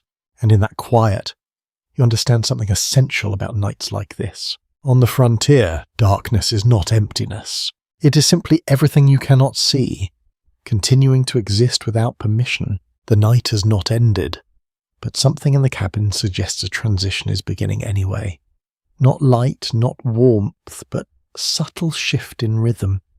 The way the fire is checked again, the way bodies adjust position, the way attention briefly loosens and then reforms. Outside, the world remains fully dark, yet travel is already being considered. That alone says everything about life here. You stand quietly and begin preparing for movement. Not far, not fast, but necessary. Roads, or what passes for roads, never wait for ideal conditions. They're shaped by weather, then erased by it, then reluctantly reformed again. You wrap yourself in layers that still feel slightly damp in places. Nothing ever fully dries in winter. Fabric holds onto moisture like memory. A well-documented reality of 1700s frontier settlements is that travel in winter required constant adaptation, with routes changing frequently due to snow accumulation, frozen ground, and shifting river conditions that could either enable or block passage. You step outside. The cold feels sharper than earlier in the night, not because temperature has changed dramatically, but because the body is not fully recovered from previous exposure. That is how winter accumulates here, not in moments, but in layers. The path ahead is faint, partially marked by earlier movement, partially erased by new snowfall. You follow it carefully, each step testing ground that may or may not be stable beneath the snow. The forest is quieter now in a different way, less active, more compressed, as if even sound has been discouraged from expanding. You move slowly along what might once have been a road, though calling it that feels generous. It is more a suggestion of direction than a maintained surface. A lesser-known but historically observed detail is that frontier roads in winter often became entirely dependent on memory and repeated use, with travellers relying on landmarks such as tree formations, slope changes, or river bends rather than visible pathways. You pass a cluster of trees bent under snow weight. Their shapes feel unfamiliar at night. Everything does. Distance is harder to judge. Depth becomes uncertain. The world flattens and expands at the same time. You pause briefly at what might be a fork in the path. Or it might not be a fork at all. It might simply be variation in snowdrift. This is one of the quiet challenges of winter movement. The environment does not clearly label itself. A quirky observation found in frontier narratives is that travellers often described nighttime navigation as reading the land by refusal, meaning they determined direction by eliminating what felt incorrect rather than confirming what was correct. You choose a direction and continue. The wind shifts slightly, brushing across your face in uneven pulses. It carries no scent, no message, only temperature. Your boots sink into snow at irregular depths, sometimes firm, sometimes soft, sometimes unexpectedly hollow. Each step requires attention. Behind you, the cabin is no longer visible. Not fully.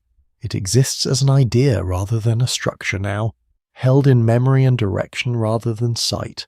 A mainstream historical fact about frontier mobility is that winter travel between settlements or resource points was often limited to essential journeys only, due to physical strain, risk of exposure, and difficulty maintaining orientation in snow-covered terrain. You move past a slight rise in the ground where wind has exposed patches of ice. It reflects faint light from the sky. Though there is no direct moonlight strong enough to define it clearly, everything is suggestion, outline, uncertainty. You adjust your pace. Slower now, more deliberate.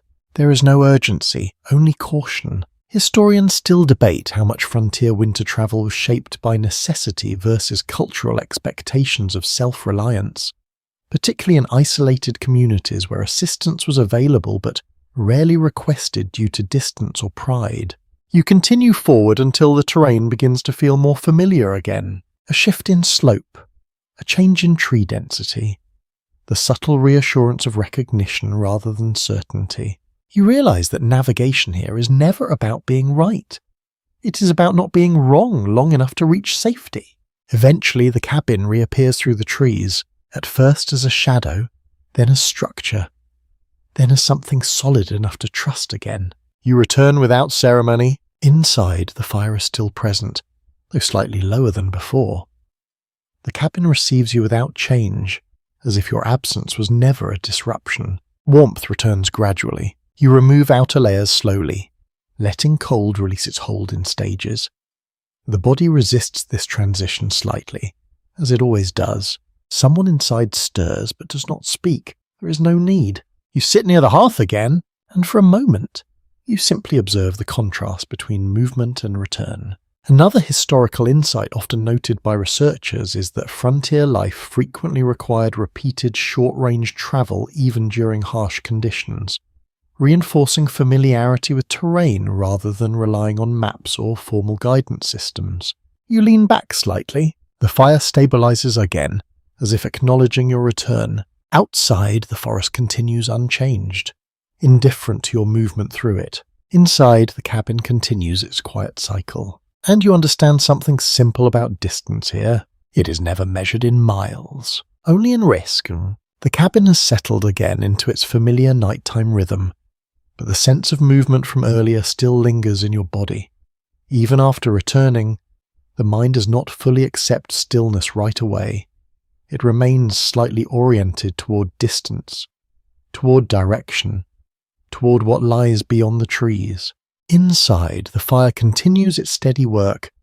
Outside, everything remains sealed under winter silence. Then you hear it, a sound that does not belong to the cabin itself. It is not loud, not alarming in the immediate sense, but it is different enough to draw attention.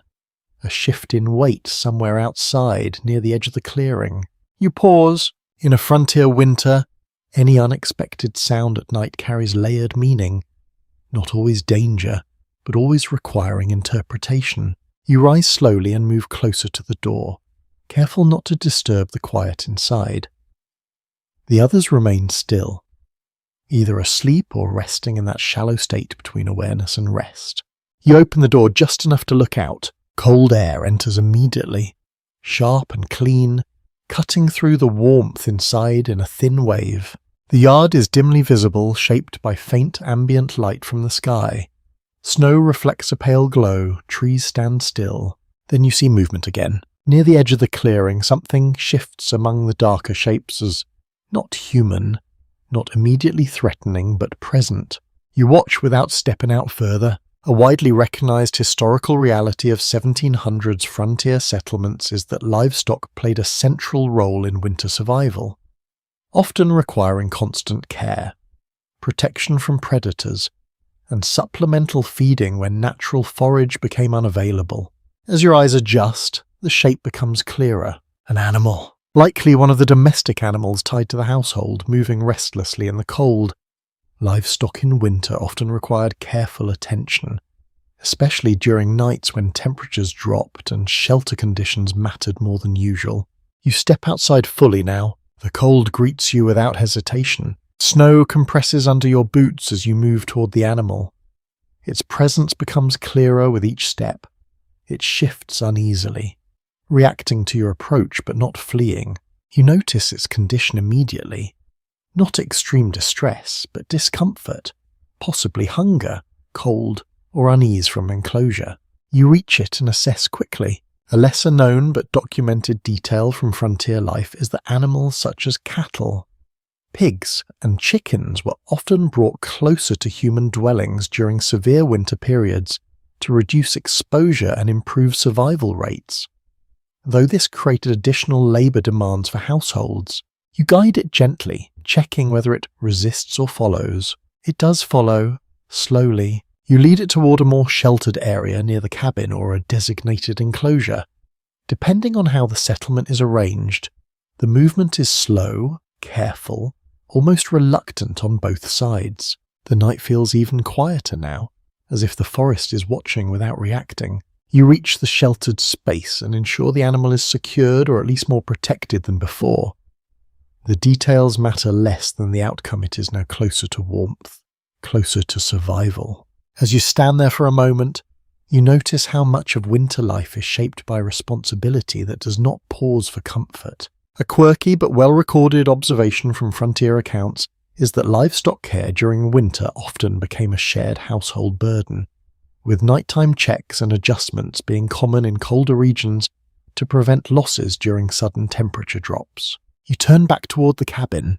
The walk feels shorter now, familiar. The darkness no longer feels as disorienting as it did earlier. Not because it has changed, but because your attention has adapted. Inside, warmth returns again in stages. The fire is still stable. The room remains as you left it. No disruption, only continuation. You remove outer layers slowly and settle near the hearth once more. The household does not ask questions immediately. Actions speak before words here. The absence of urgency suggests that what you handled outside did not escalate into concern. You sit down, and feel the slow return of heat into your hands. A mainstream historical fact about frontier agricultural life is that domestic animals were essential not only for food production, but also for long-term economic stability, transportation, and seasonal survival, especially in isolated settlements where external supply chains were unreliable or non-existent. You glance toward the fire. It flickers steadily, unaffected by your absence. Somewhere in the back of your mind, you recognize how many overlapping systems are always active here. Fire maintenance, animal care, food storage, shelter repair, human rest, each one dependent on the others.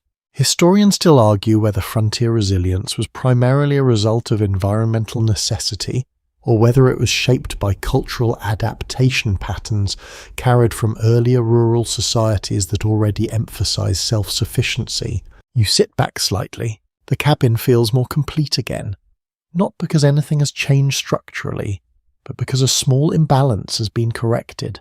Outside, the forest remains dark, unchanged, continuing its slow seasonal transformation. Inside, life resumes its quiet continuity, and you understand something fundamental about this place. Nothing here stays stable on its own. It only stays stable because someone keeps returning it to balance. The night has deepened again, but the cabin no longer feels like it is holding its breath. The small disruptions earlier have settled back into routine. Fire, warmth, silence, and the steady presence of people sharing limited space in a frozen world.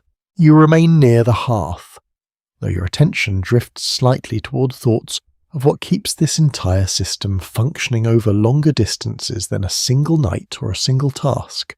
Because survival here is not only what happens inside the cabin, it is also what comes from outside it. Supplies do not appear through effort alone.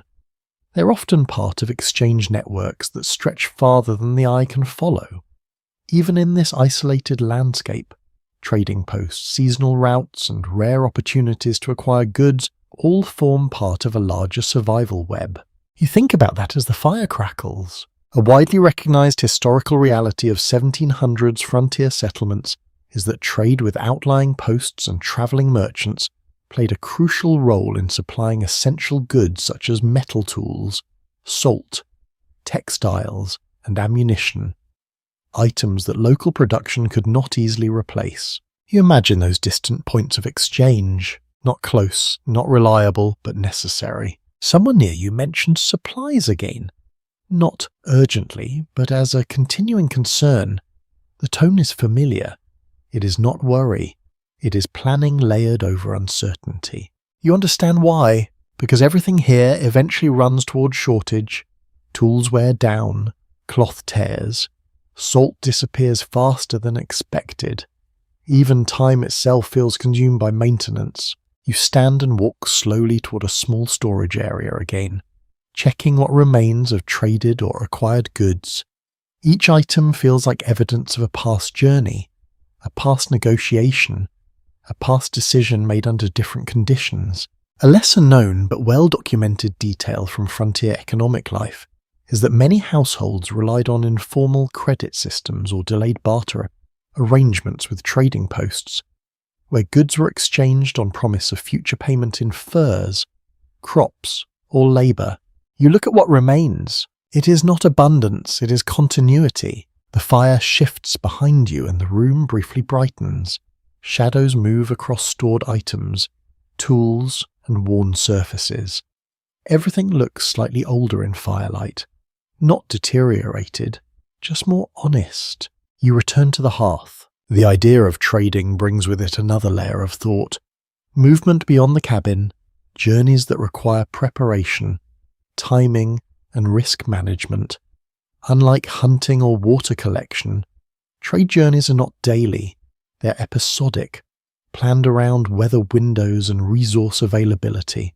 A quirky but historically observed detail is that frontier traders and settlers often developed strong familiarity with specific routes and seasonal travel patterns, relying on experience rather than formal maps, especially in regions where geography changed subtly with each winter. You sit again, letting that thought settle. Somewhere beyond the trees, routes exist that connect isolated homes to larger supply points, not clearly marked, not guaranteed, but real enough to shape decisions. Historians still debate how much frontier economic stability depended on formal trading posts versus informal exchange networks between neighbouring settlements, especially in regions where official infrastructure was sparse or inconsistent. You lean slightly forward, the fire pops softly. The household remains quiet, but the idea of resources continues to shape the atmosphere. Even rest is influenced by supply awareness. Every object here has a future attached to it. Every tool, every cloth, every stored item represents time that will eventually run out. A mainstream historical fact about frontier economies is that self-sufficiency was never absolute, even in highly isolated settlements, as most households still depended on external trade for specialized goods and seasonal replenishment. You think about that carefully, because it means no cabin exists alone. Even when it feels isolated, everything connects outward, even through distance and delay. Outside, the wind moves again, brushing the cabin in long, uneven intervals. Snow shifts on the roof. The structure responds with soft creaks, familiar now rather than alarming. Inside, the fire continues its steady pattern. You notice how the room feels slightly more stable than earlier in the night. Not because conditions improved, but because nothing is currently demanding immediate correction. That is as close to peace as this environment offers. Another historical insight often noted by researchers is that frontier households frequently balanced immediate survival labour with long-term planning for trade and resource acquisition, creating a constant overlap between present needs and future scarcity. You sit back again and allow your thoughts to drift briefly beyond the cabin walls, toward paths not taken today, toward supplies not yet obtained, toward journeys that will eventually be necessary again. The fire flickers, the cabin holds, and in that fragile balance, you understand something quietly important. On the frontier, even what you own is never fully yours. It is only temporarily secured from distance. The cabin remains steady through the night, but your thoughts have begun to drift beyond its walls in a different way now. Not toward immediate tasks, but toward the knowledge that survival here is never purely isolated. Even the most self-contained household is shaped by skills and understanding that come from beyond its own boundaries. You sit near the fire, watching it shift through slow cycles of brightness and collapse, and you think about what you've absorbed without noticing it. Knowledge that was not invented here, but carried here. Outside, the forest is still completely dark, yet it no longer feels like the entire world. It feels like a segment of something larger.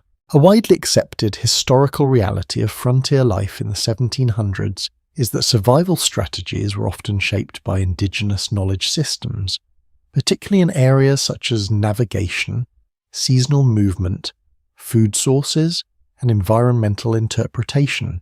You adjust your posture slightly, letting that idea settle. It is not abstract here, it is practical. The land does not care where knowledge comes from, only whether it works. You think about how paths through winter forests, understanding of animal behaviour, and recognition of edible plants or safe water sources were not always discovered independently by settlers. Many were learned, adapted, or shared through contact and necessity. The fire crackles softly. Someone nearby shifts in sleep. The cabin remains quiet, but not empty. Life continues in layered states of awareness. A lesser-known but well-documented detail from frontier history is that cross-cultural exchange of survival knowledge often occurred gradually and informally, through observation, cooperation, trade, and proximity rather than structured instruction. You glance toward the door. Beyond it lies land that was never truly unknown to everyone, only unfamiliar to certain groups arriving into it. That distinction matters more than it first appears. You stand and walk slowly toward a storage corner, checking supplies again without urgency. Your hands move through familiar items. Cloth, tools, food stores. Everything here exists partly because of knowledge systems that extend beyond this cabin. A quirky but historically observed detail is that many frontier settlers adapted local environmental practices over time, incorporating techniques for shelter construction, hunting strategies, and seasonal movement patterns that differed from European traditions they originally arrived with.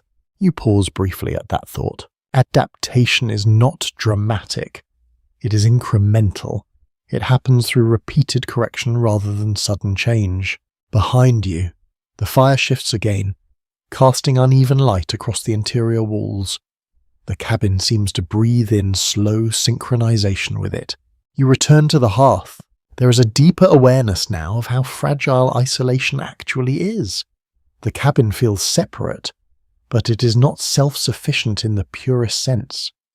It is part of a larger network of knowledge, exchange, and adaptation.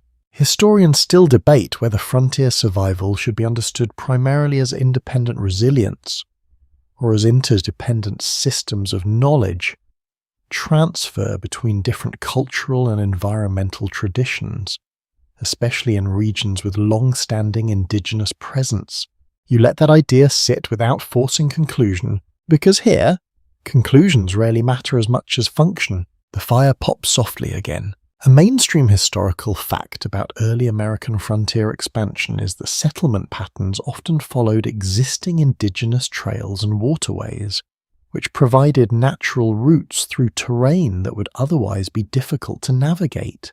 You imagine those invisible lines across the land, paths not created but discovered through long observation, some still used, some forgotten, but all once essential. You sit back slowly, feeling the warmth return to your shoulders. Outside, the wind moves in softer patterns now, brushing snow across surfaces that will erase any trace of passage by morning. The forest continues its quiet work of concealment. Inside, the cabin remains small, warm, and temporary in its stability. Another historical insight often noted by researchers is that frontier communities frequently relied on layered knowledge systems, combining inherited European practices with locally adapted environmental understanding, resulting in hybrid survival strategies unique to each region. You glance toward the sleeping area. The child stirs slightly, then settles again. Even learning happens in silence here, not through instruction alone, but through observation, repetition, and environment. You begin to understand something subtle but important. Nothing in this place is purely isolated. Not knowledge, not survival, not even identity. Everything is shaped by contact, adaptation, and exchange. Even when that exchange is not immediately visible, the fire lowers slightly, then steadies again as you adjust it. And in that quiet, you recognize a deeper pattern forming beneath all the daily tasks. On the frontier, survival is never just about enduring the land. It is about learning how the land has already been understood by others before you arrived. The fire has settled into a low, steady pulse again, and the cabin holds a familiar kind of nighttime stillness.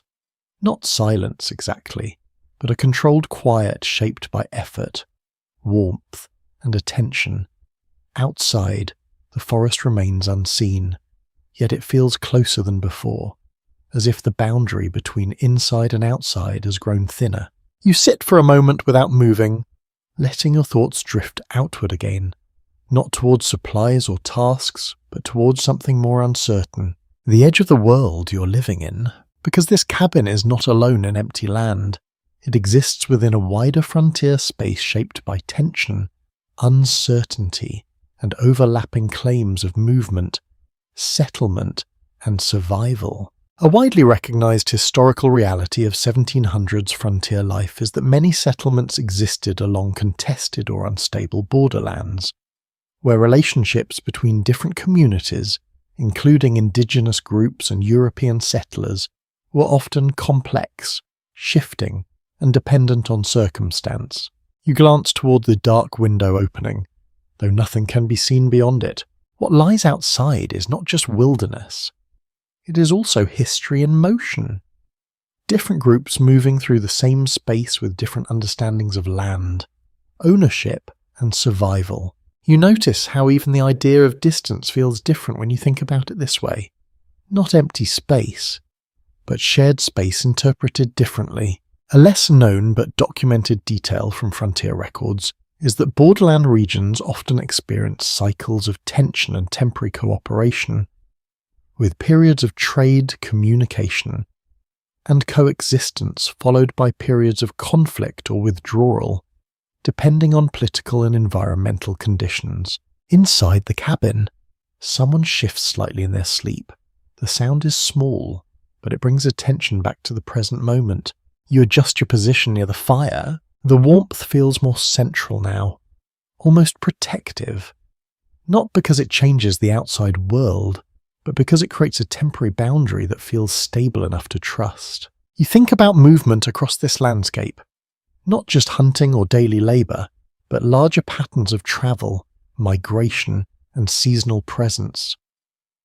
People do not stay fixed here. They move, adapt, return, or leave depending on conditions. A quirky but historically observed detail is that frontier life often involved a surprising level of mobility despite harsh conditions, with families and groups relocating seasonally or temporarily in response to resources, conflict, or opportunity. You let that idea settle. Movement here is not freedom in the modern sense. It is adjustment, a response to pressure rather than a choice made in comfort. The fire shifts again, casting longer shadows along the walls. You notice how the cabin seems smaller at night when thinking expands beyond it. The walls do not move, but perception changes. Inside feels more contained once you consider how wide the world beyond actually is.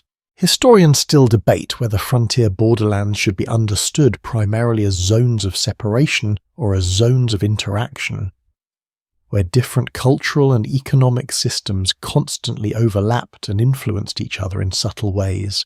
You breathe slowly. The answer, if there is one, does not appear here in the cabin.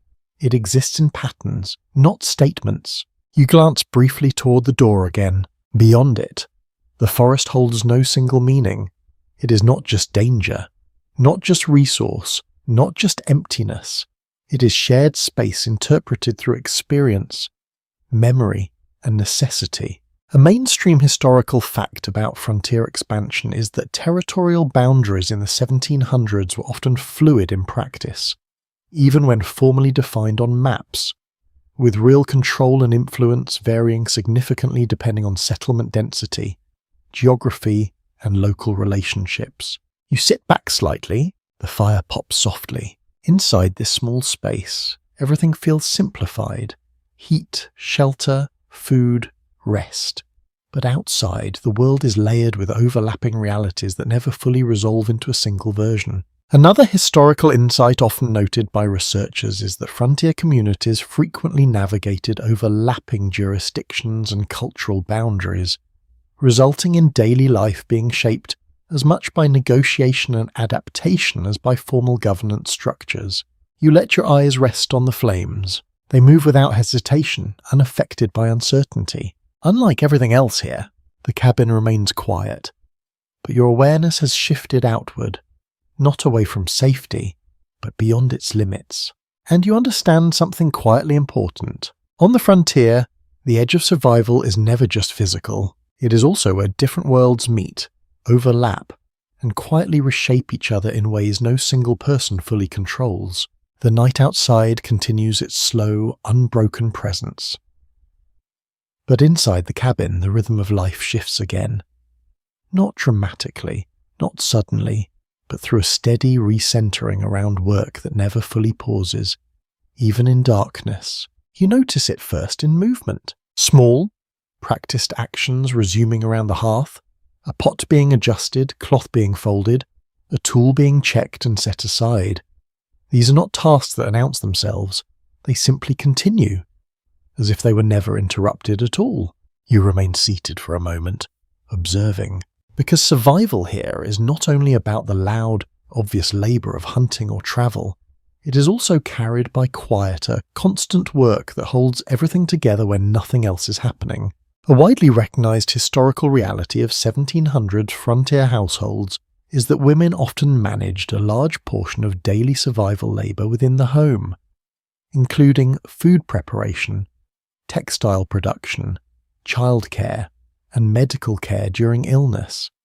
Especially in winter when outdoor work was limited, you glance toward the activity near the fire. The movements are deliberate and practiced, not rushed, not chaotic. Each action follows from the previous one with efficiency that comes from repetition over time rather than instruction. You notice spinning materials or fabric work being handled nearby. Thread drawn, twisted, adjusted, cloth repaired with care that is not optional, but necessary. Clothing does not last long here without attention. It is constantly being extended, reinforced, reshaped. A lesser-known but well-documented detail from frontier life is that textile production and repair were continuous household activities during winter months, with spinning, weaving, and mending often occupying significant portions of daily indoor time. You watch the rhythm of it for a while. It is not silence in the room. It is structured sound, the soft friction of thread, the faint movement of wood, occasional shifting of weight near the hearth. Outside, the wind presses lightly against the cabin again, but it feels distant now, almost irrelevant compared to the steady interior work. You begin to notice how this labour shapes the atmosphere itself, not just filling time, but stabilising it. A quirky but historically observed detail is that frontier households often treated indoor winter labour as both practical necessity and social cohesion, with shared tasks reinforcing cooperation during long periods of isolation. You adjust your position slightly, still watching. Even the child's earlier presence fits into this pattern. Observation becomes learning. Learning becomes participation. Participation becomes responsibility over time. Nothing here transitions sharply. Everything overlaps. Historians still debate whether the gendered division of labour on the frontier was primarily an extension of European rural traditions, or whether it evolved significantly in response to environmental pressures and settlement conditions in North America. You let that thought pass without settling on an answer, because in this room, theory matters less than function. The fire crackles softly again, and light shifts across faces and objects. Shadows stretch and contract with each small change in flame. You notice how even rest is coordinated around this centre point. The hearth is not just heat, it is coordination, visibility, safety, timing. A mainstream historical fact about frontier winter households is that indoor labour and survival tasks often continued well into nighttime hours. As daylight was heavily constrained and daily workloads had to be distributed across extended periods, you lean slightly forward. The rhythm of work continues quietly around you, not fast, not intense, just continuous. Someone pauses briefly, then resumes stitching or repairing. Another adjusts something near the fire. The room operates like a system that does not require instruction to function, only participation. You realise that what holds this environment together is not individual effort alone. It is coordination without formal structure. Another historical insight often noted by researchers is that frontier households frequently relied on informal, role-based cooperation systems, where responsibilities were distributed based on skill, age, and immediate need rather than fixed rules or written divisions. You sit back again. The fire settles into a steady burn. Outside, the forest remains unchanged, still, silent, and distant. Inside, life continues in layers of small, necessary actions that rarely stop long enough to be named individually. And you begin to understand something essential about this place. Survival here is not only what is done, it is what is continuously maintained together, even in silence. The cabin remains steady in its nighttime rhythm, but something subtle shifts in the tone of attention. The earlier sense of shared labour continues, yet your awareness begins to drift toward the individuals who do not always appear in the centre of that coordination, but still influence how everything functions. You notice movement near the edge of the firelight. A different kind of labour continues here, quieter in some ways, but no less constant, adjusting supplies, checking conditions, preparing for tomorrow, managing small details that prevent larger problems from forming later. You observe how responsibility doesn't stay fixed in one form, it circulates. A widely recognized historical reality of 1700s frontier households is that survival depended on the combined effort of all members, with roles often overlapping and shifting based on immediate need rather than rigid division. Especially during harsh winter conditions, you shift slightly, listening to the soft rhythm of the room. There is a sense of quiet endurance in the way people move here. Not dramatic strength, but steady continuation. Tasks are completed without announcement. Problems are addressed before they grow. The cabin remains stable because attention is constantly distributed across its needs.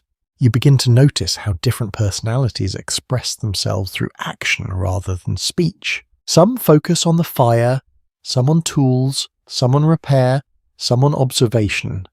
Each role is not fixed, but recurring, shaped by habit and expectation rather than formal assignment.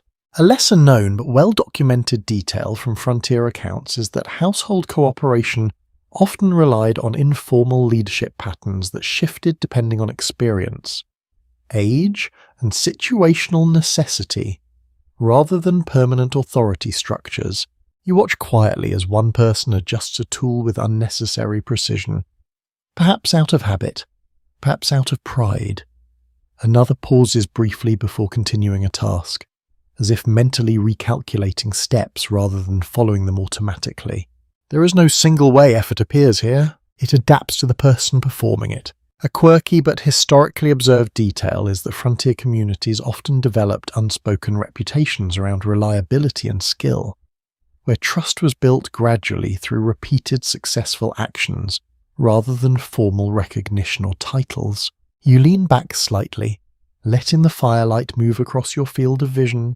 The warmth of the room remains uneven, but stable enough to allow reflection. Outside, the wind brushes lightly against the walls again, but it feels more distant now, almost background noise compared to the internal rhythm of the cabin. You think about how effort is distributed here, not equally, not rigidly, but continuously adjusted based on what is needed in the moment. Historians still debate whether frontier social structures were more egalitarian in practice than in principle, especially in isolated settlements where survival demands often overrode formal social hierarchies inherited from earlier European frameworks. You glance toward the hearth. The fire continues its slow movement, reshaping shadows as it burns. Someone pauses near the edge of the room, watching the fire for a moment before returning to a task. That brief pause carries meaning here. Attention itself is part of labor. A mainstream historical fact about frontier life is that household survival often depended on constant multitasking, with individuals frequently performing overlapping roles such as maintenance, childcare, food preparation, and equipment repair within the same day. You notice how seamlessly this overlaps in practice. Nothing is strictly separated, everything blends. Another historical insight often noted by researchers is that frontier households frequently developed flexible social dynamics in response to environmental pressures, where cooperation and responsibility were continuously renegotiated rather than permanently assigned. You sit quietly, absorbing that pattern. There is no single center of authority here in the way modern systems might expect. Instead, there is coordination through necessity, through awareness, through shared understanding of what must be done next. The fire shifts again, slightly lower now, then stabilizing as fuel is adjusted. You realize that even authority in this space is expressed through action rather than declaration, not command, contribution. The cabin remains warm enough, but never fully comfortable. It's always being maintained towards stability, never resting within it. And you begin to understand something deeper about the people in this room. On the frontier, survival is not just shared. It is continuously negotiated through what each person chooses to carry without being asked. The cabin has entered that deep part of night where time feels less like a sequence and more like a held breath. The fire remains the only steady reference point, marking existence through flicker, crackle, and slow claps of wood into ash. Everything else feels suspended, Even movement inside the cabin has softened. Tasks have slowed, conversation has faded. What remains is awareness, distributed quietly among those still awake enough to notice it. You sit close to the hearth, letting the warmth hold your attention in a narrow band. Outside, the world is fully sealed in darkness and snow. Inside, the boundary between rest and vigilance begins to blur.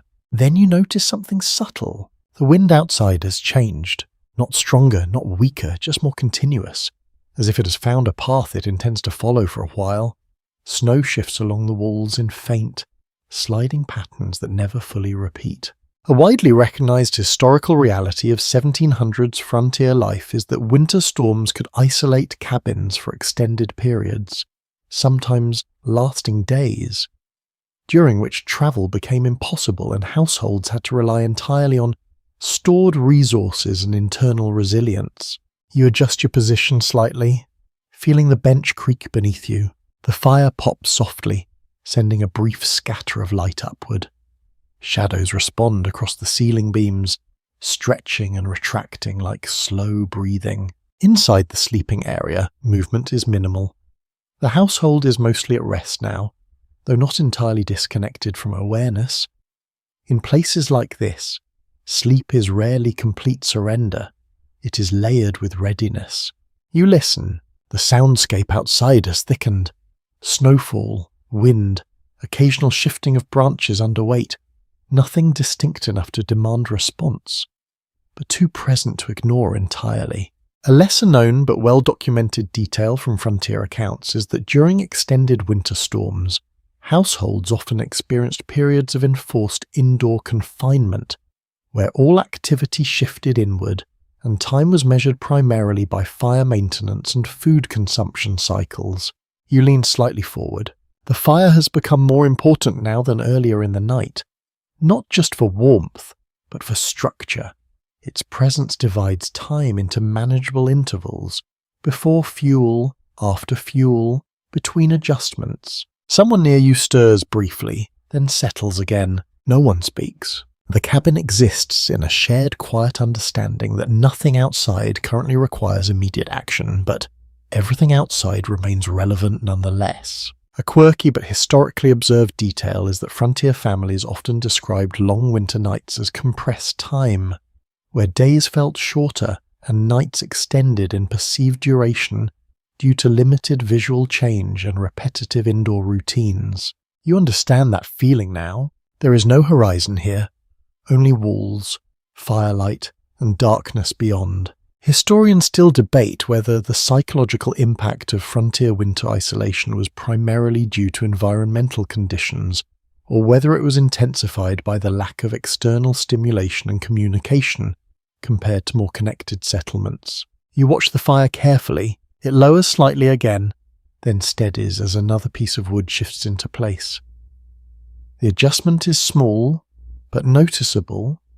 The room responds immediately, as if recalibrated. Warmth spreads unevenly across surfaces, restoring balance. You realize how much of the night is spent maintaining equilibrium rather than progressing toward anything. There's no destination in these hours, only continuation. A mainstream historical fact about frontier winter survival is that households often organized nighttime routines around maintaining heat sources, ensuring that fires did not fully extinguish during extreme cold periods, as restarting them could be difficult under harsh conditions. You sit back slowly. The fire now holds a stable shape, neither rising nor collapsing significantly. It is in a maintained state, which feels like the closest approximation to safety this environment allows. Outside, the wind presses again, slightly stronger for a moment, then receding. The cabin responds with a soft creak along one wall, then settles. Another historical insight often noted by researchers is that frontier dwellings were continuously exposed to environmental stress, requiring ongoing maintenance and adaptation, particularly during winter storms when structural weaknesses became more apparent. You glance briefly around the interior. Everything feels temporarily secure, but never fully settled. The awareness of external pressure is always present, even when not immediately active. The sleeping figures remain still. The room feels smaller now, not physically but perceptually. Night compresses space as much as it compresses time. You lean closer to the hearth again, and in that steady glow, you understand something simple about this part of the night. On the frontier, darkness does not end activity. It only changes the way survival is measured, from movement to maintenance, from action to endurance. The fire has settled into a lower, steadier burn, and the cabin has entered a deeper stage of night. Not quieter exactly, but more concentrated, as if everything within it has narrowed down to essentials: warmth, breath, and the slow passage of time measured in glowing embers. You remain close to the hearth, watching the light change shape across the room. Shadows stretch and contract in soft cycles, never fully disappearing, never fully stable. The cabin feels smaller again, not because it has changed, but because the darkness outside presses closer in perception. Light is now the only structure. Every object depends on it to exist clearly. A widely recognized historical reality of 1700s frontier life is that artificial lighting was extremely limited, often relying on candles, animal fat lamps, or firelight, making nighttime activity constrained and highly dependent on fuel availability. You notice how the fire becomes more than heat now. It becomes visibility. When flames rise, the room expands. When they fall, the edges of the cabin retreat into shadow.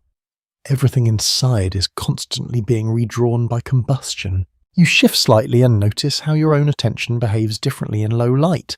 It becomes narrower, more focused, less willing to wander too far from immediate sensation. Sound also changes. The crackle of wood becomes sharper. The soft movement of cloth or breath becomes more noticeable. Even silence feels textured, as if it has density.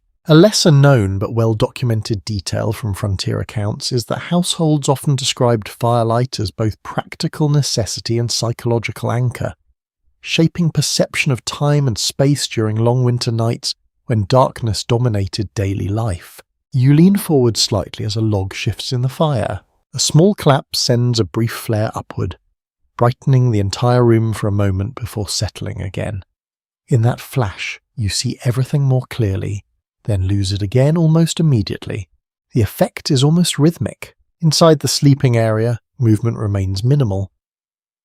The household is resting, though not entirely detached from awareness. Sleep here is never fully separated from environment. It remains lightly connected to sound, temperature, and subtle changes in light. You listen. The wind outside continues its slow, layered motion. Not forceful now, but persistent. It moves along the cabin walls in waves, testing, passing, returning. A quirky but historically observed detail is that frontier families often developed strong familiarity with nighttime sound patterns. Becoming able to distinguish between normal environmental shifts and unusual disturbances based on repetition and variation rather than clarity. You notice yourself doing the same, not identifying sounds, but categorizing them by familiarity.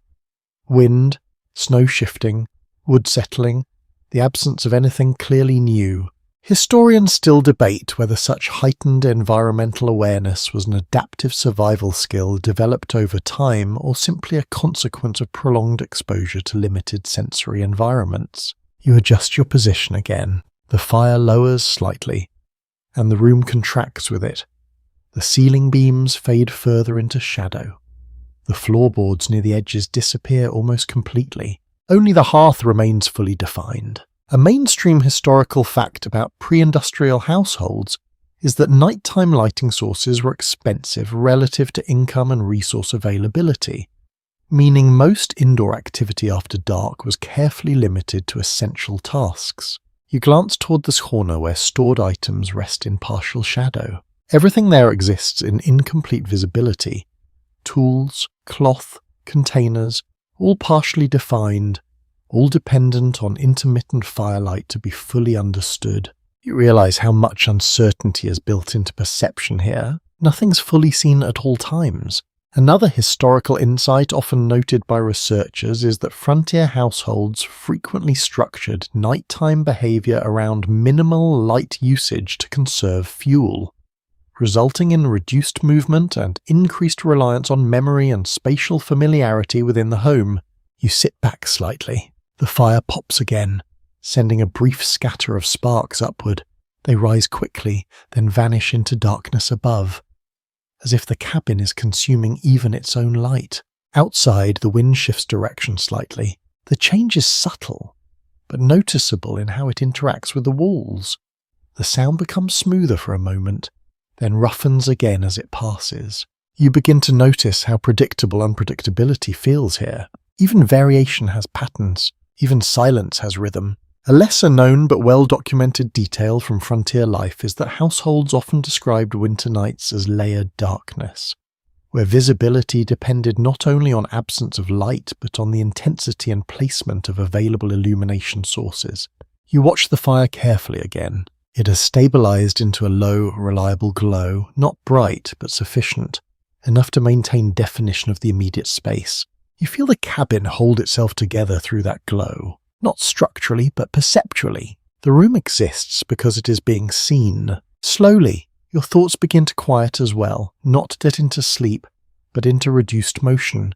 The need to interpret, to analyze, to respond begins to soften at the edges. Outside, the forest remains fully absorbed in darkness. Inside, firelight continues its slow maintenance of reality, and you understand something simple about this hour. On the frontier, light is not comfort. It is control over what can still be understood. The fire has dropped into a careful, economical glow now, the kind that suggests every remaining log is being measured rather than simply burned.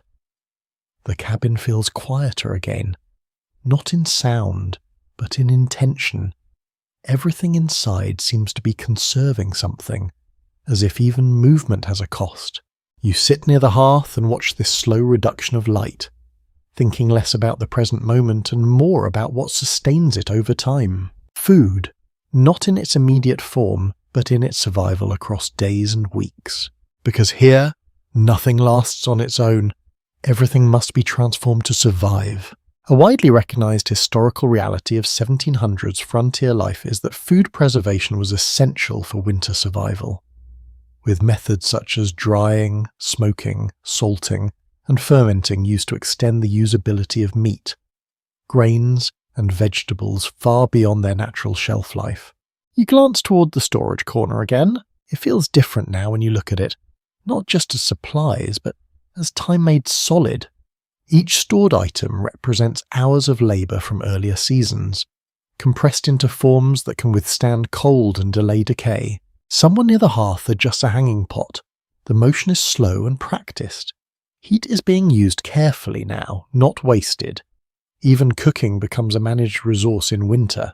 A lesser-known but well-documented detail from frontier accounts is that households often coordinated food preparation around fuel availability, meaning cooking schedules were adjusted based on how much firewood could be spared on any given day. You notice how even simple acts like boiling water or warming food require decision-making that would not exist in modern abundance.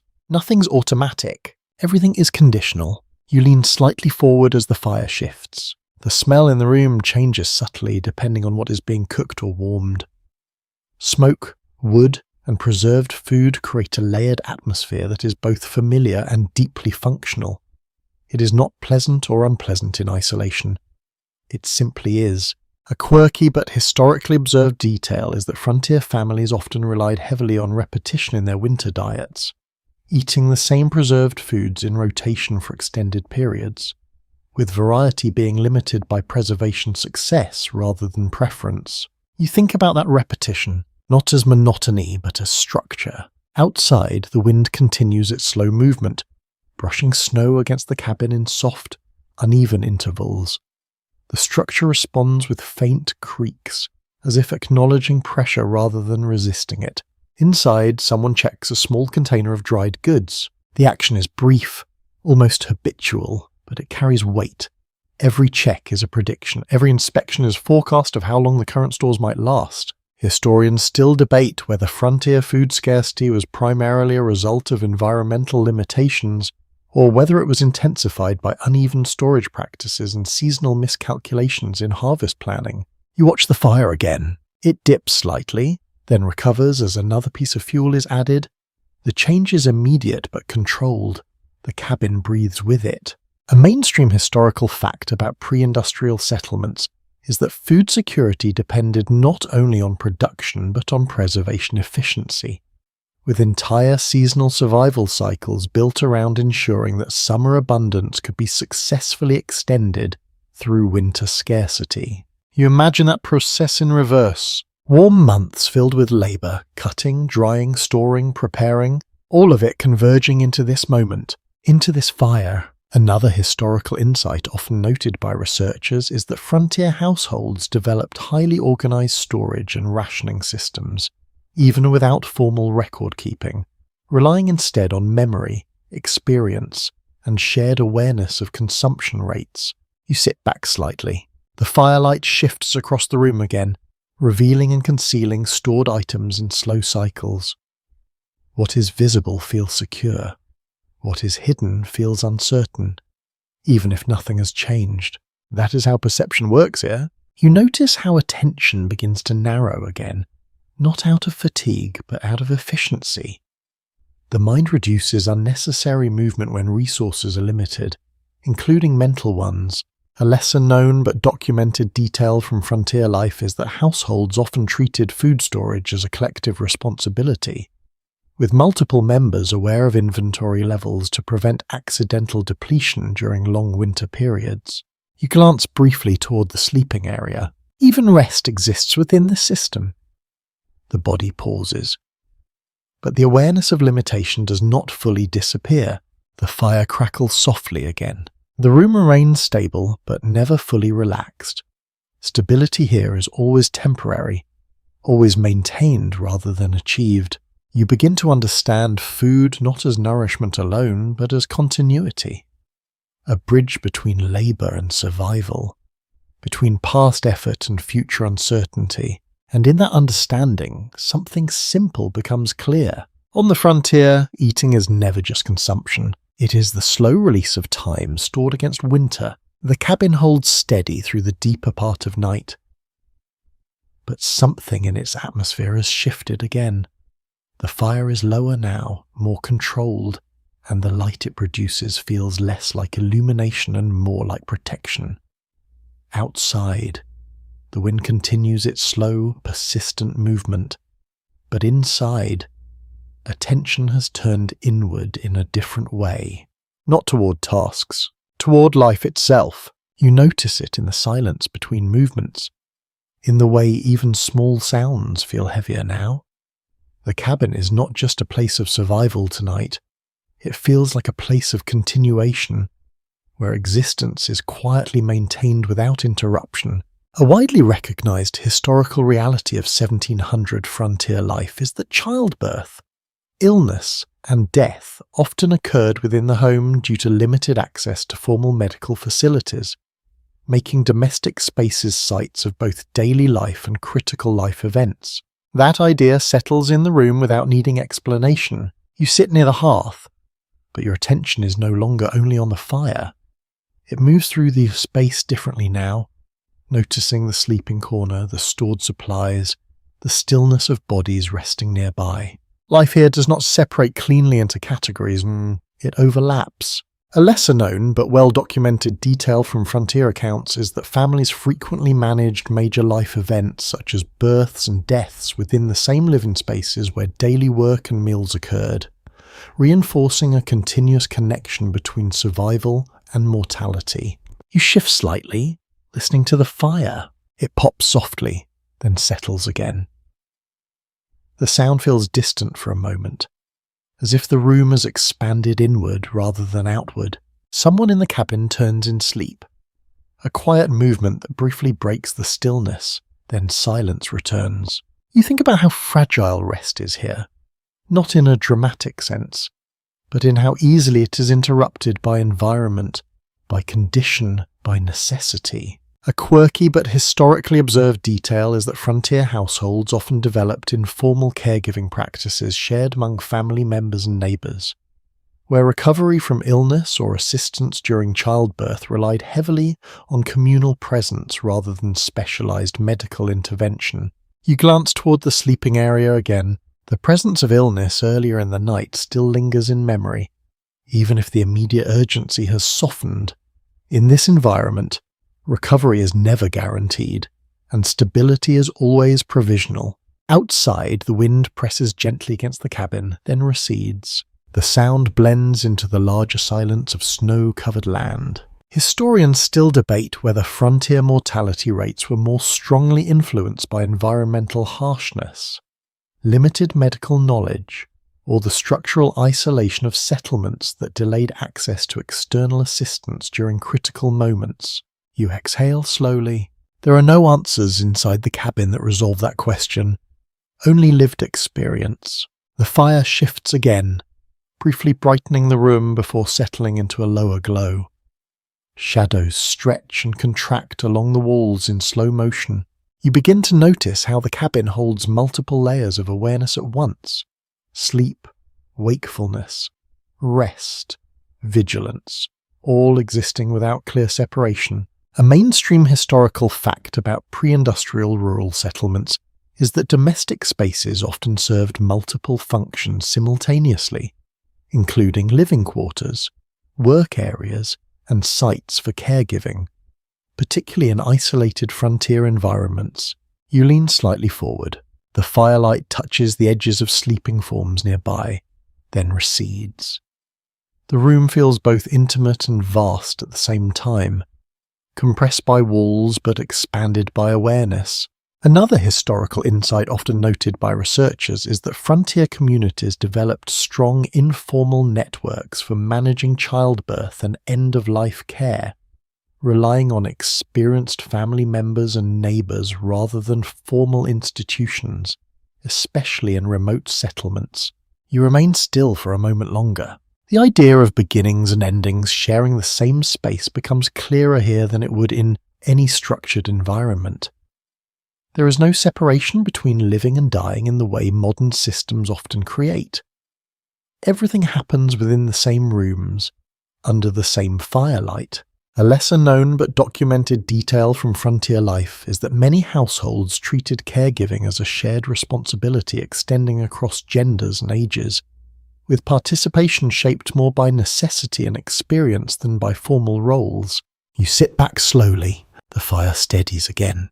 Outside, the forest remains unchanged, continuing its silent accumulation of snow and time.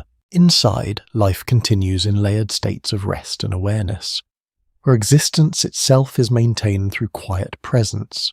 And you understand something essential about this place. On the frontier, life is not separated into stages. It is carried continuously in the same space, under the same roof, until it changes on its own.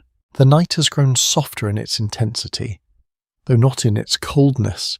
The cabin remains warm near the hearth, but everything beyond that circle feels distant again, as if the fire has quietly redrawn the limits of the world. You sit in that circle of light and notice how thought itself begins to slow, not into sleep, but into reflection. The kind that arrives when the body is still but the mind continues to wander through meaning.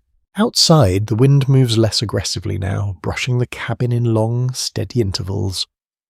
Snow shifts along the roof in faint, almost unnoticeable slides. Inside, the silence carries something different tonight. It feels reflective.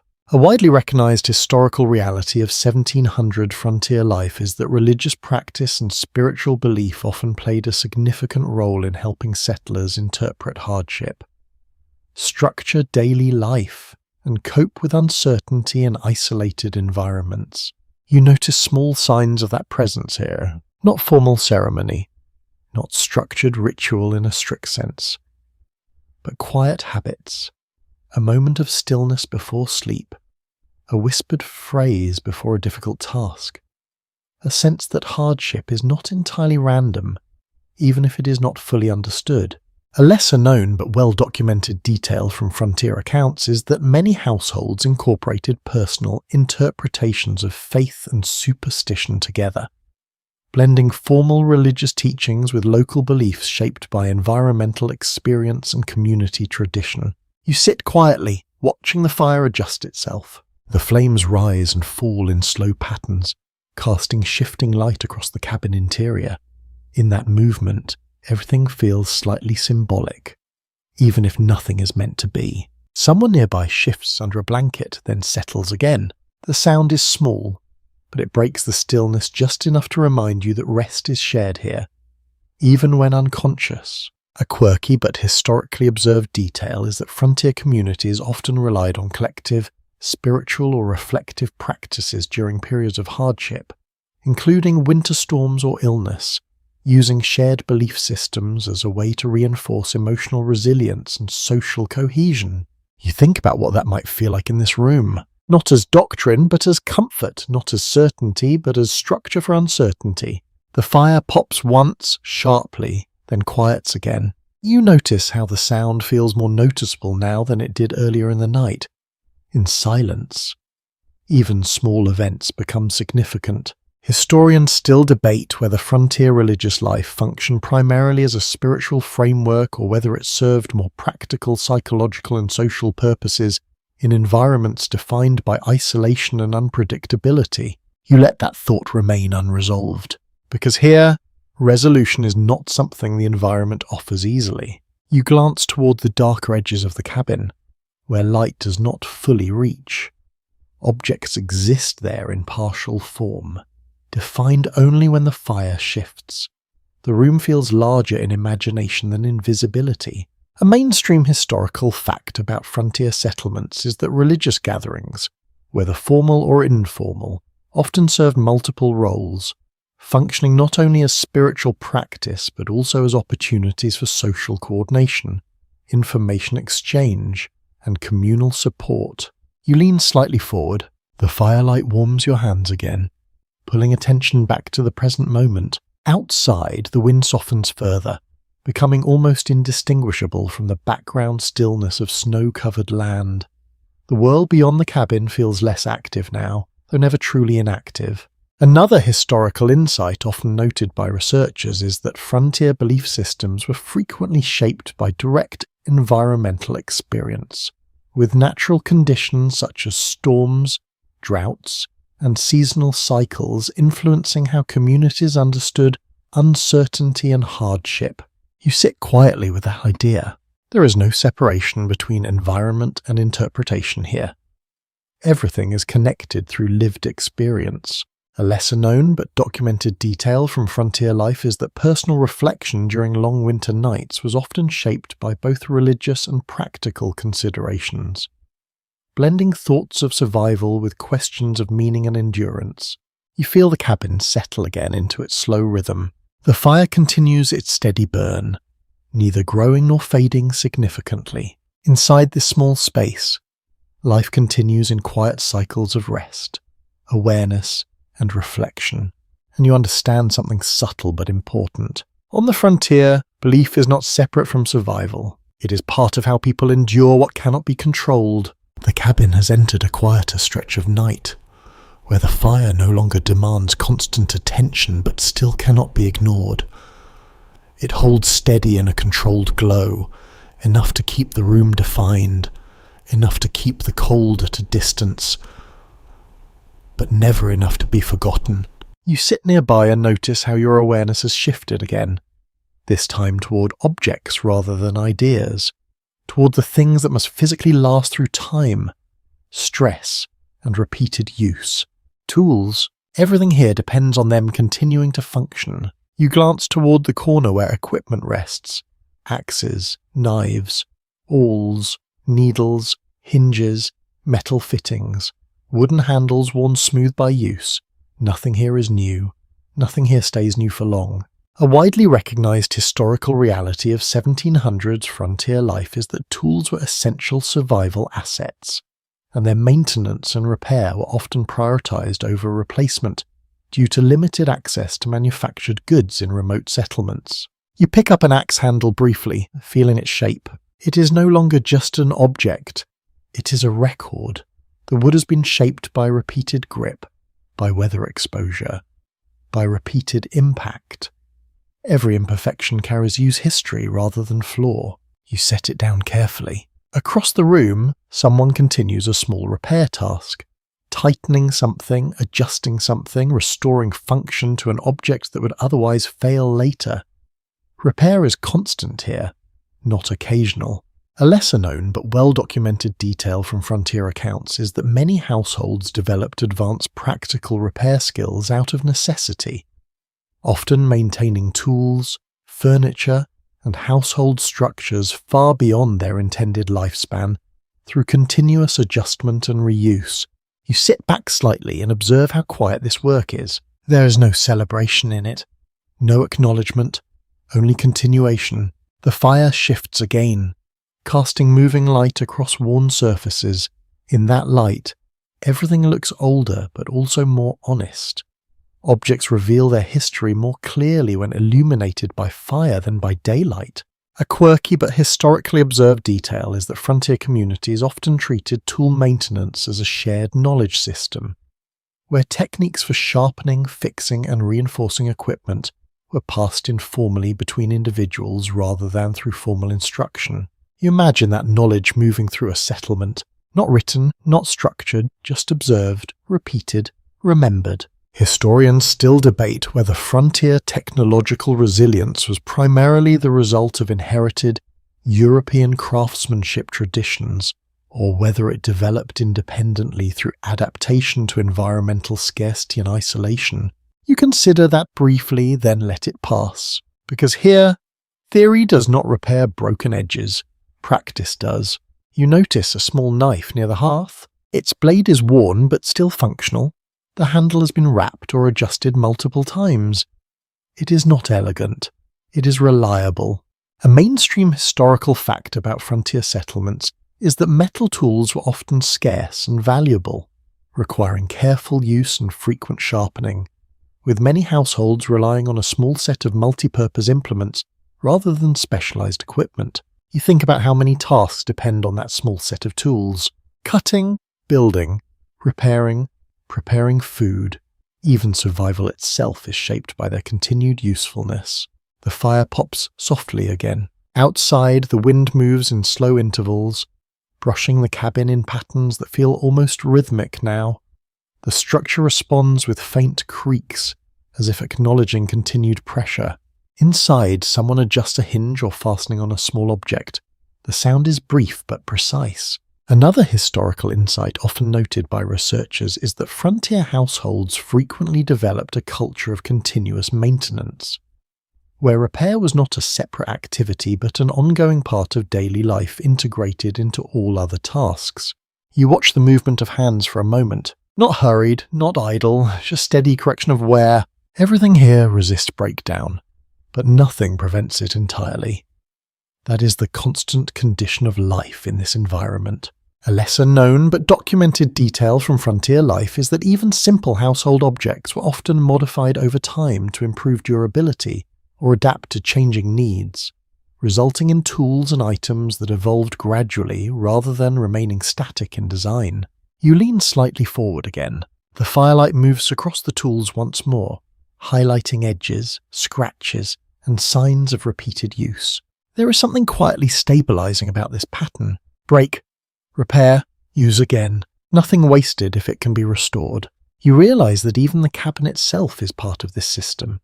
Logs, joints, chinking material, all subject to repair, adjustment, reinforcement. Nothing here is permanent. Everything is maintained. And in that understanding, a simple truth becomes clearer.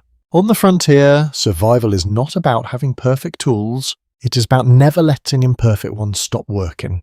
The night has deepened again, but not in a way that feels heavier than before.